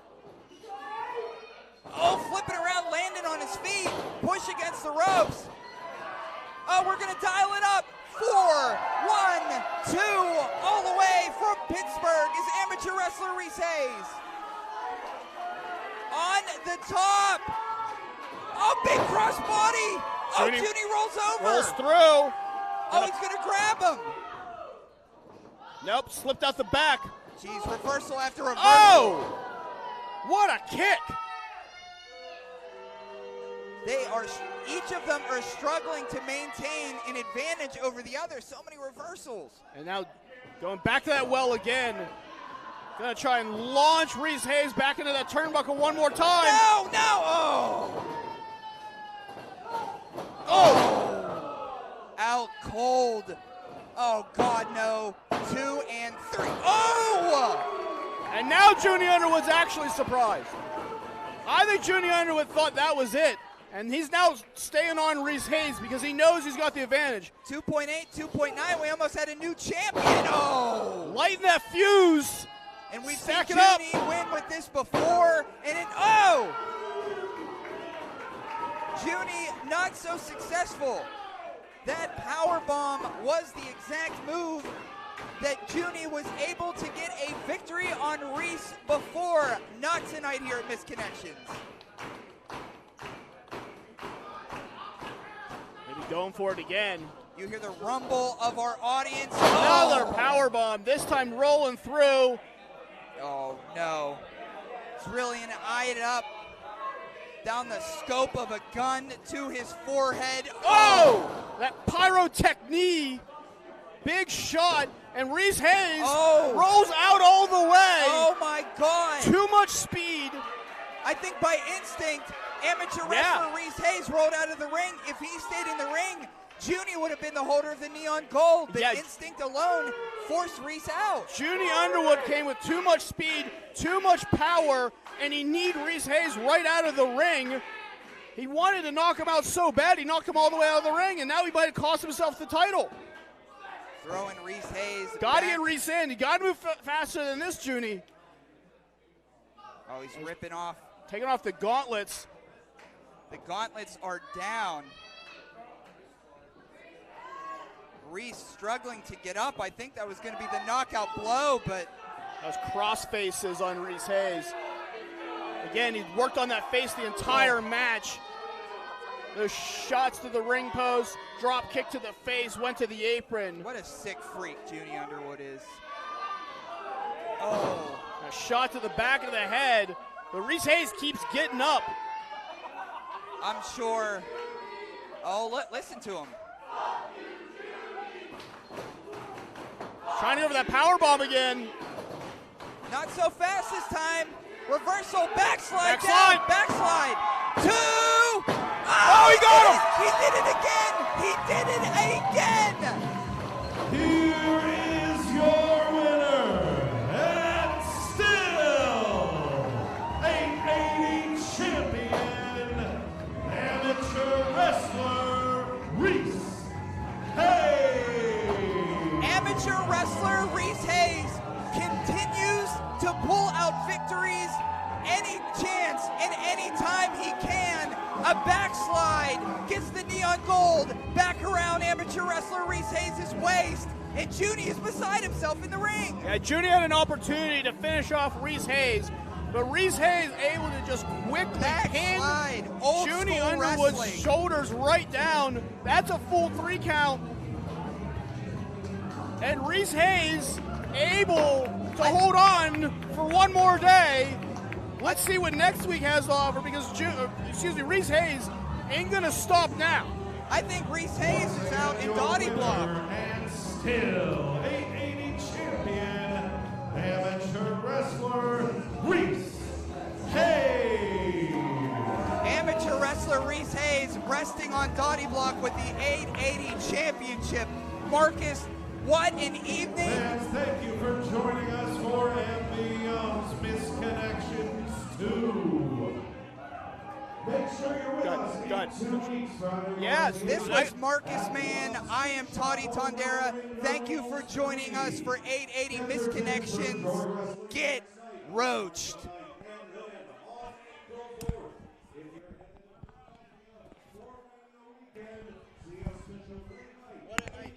Thank you, brother. Thank you for working. That's fun, man. Live from Philadelphia. Good night. Wow.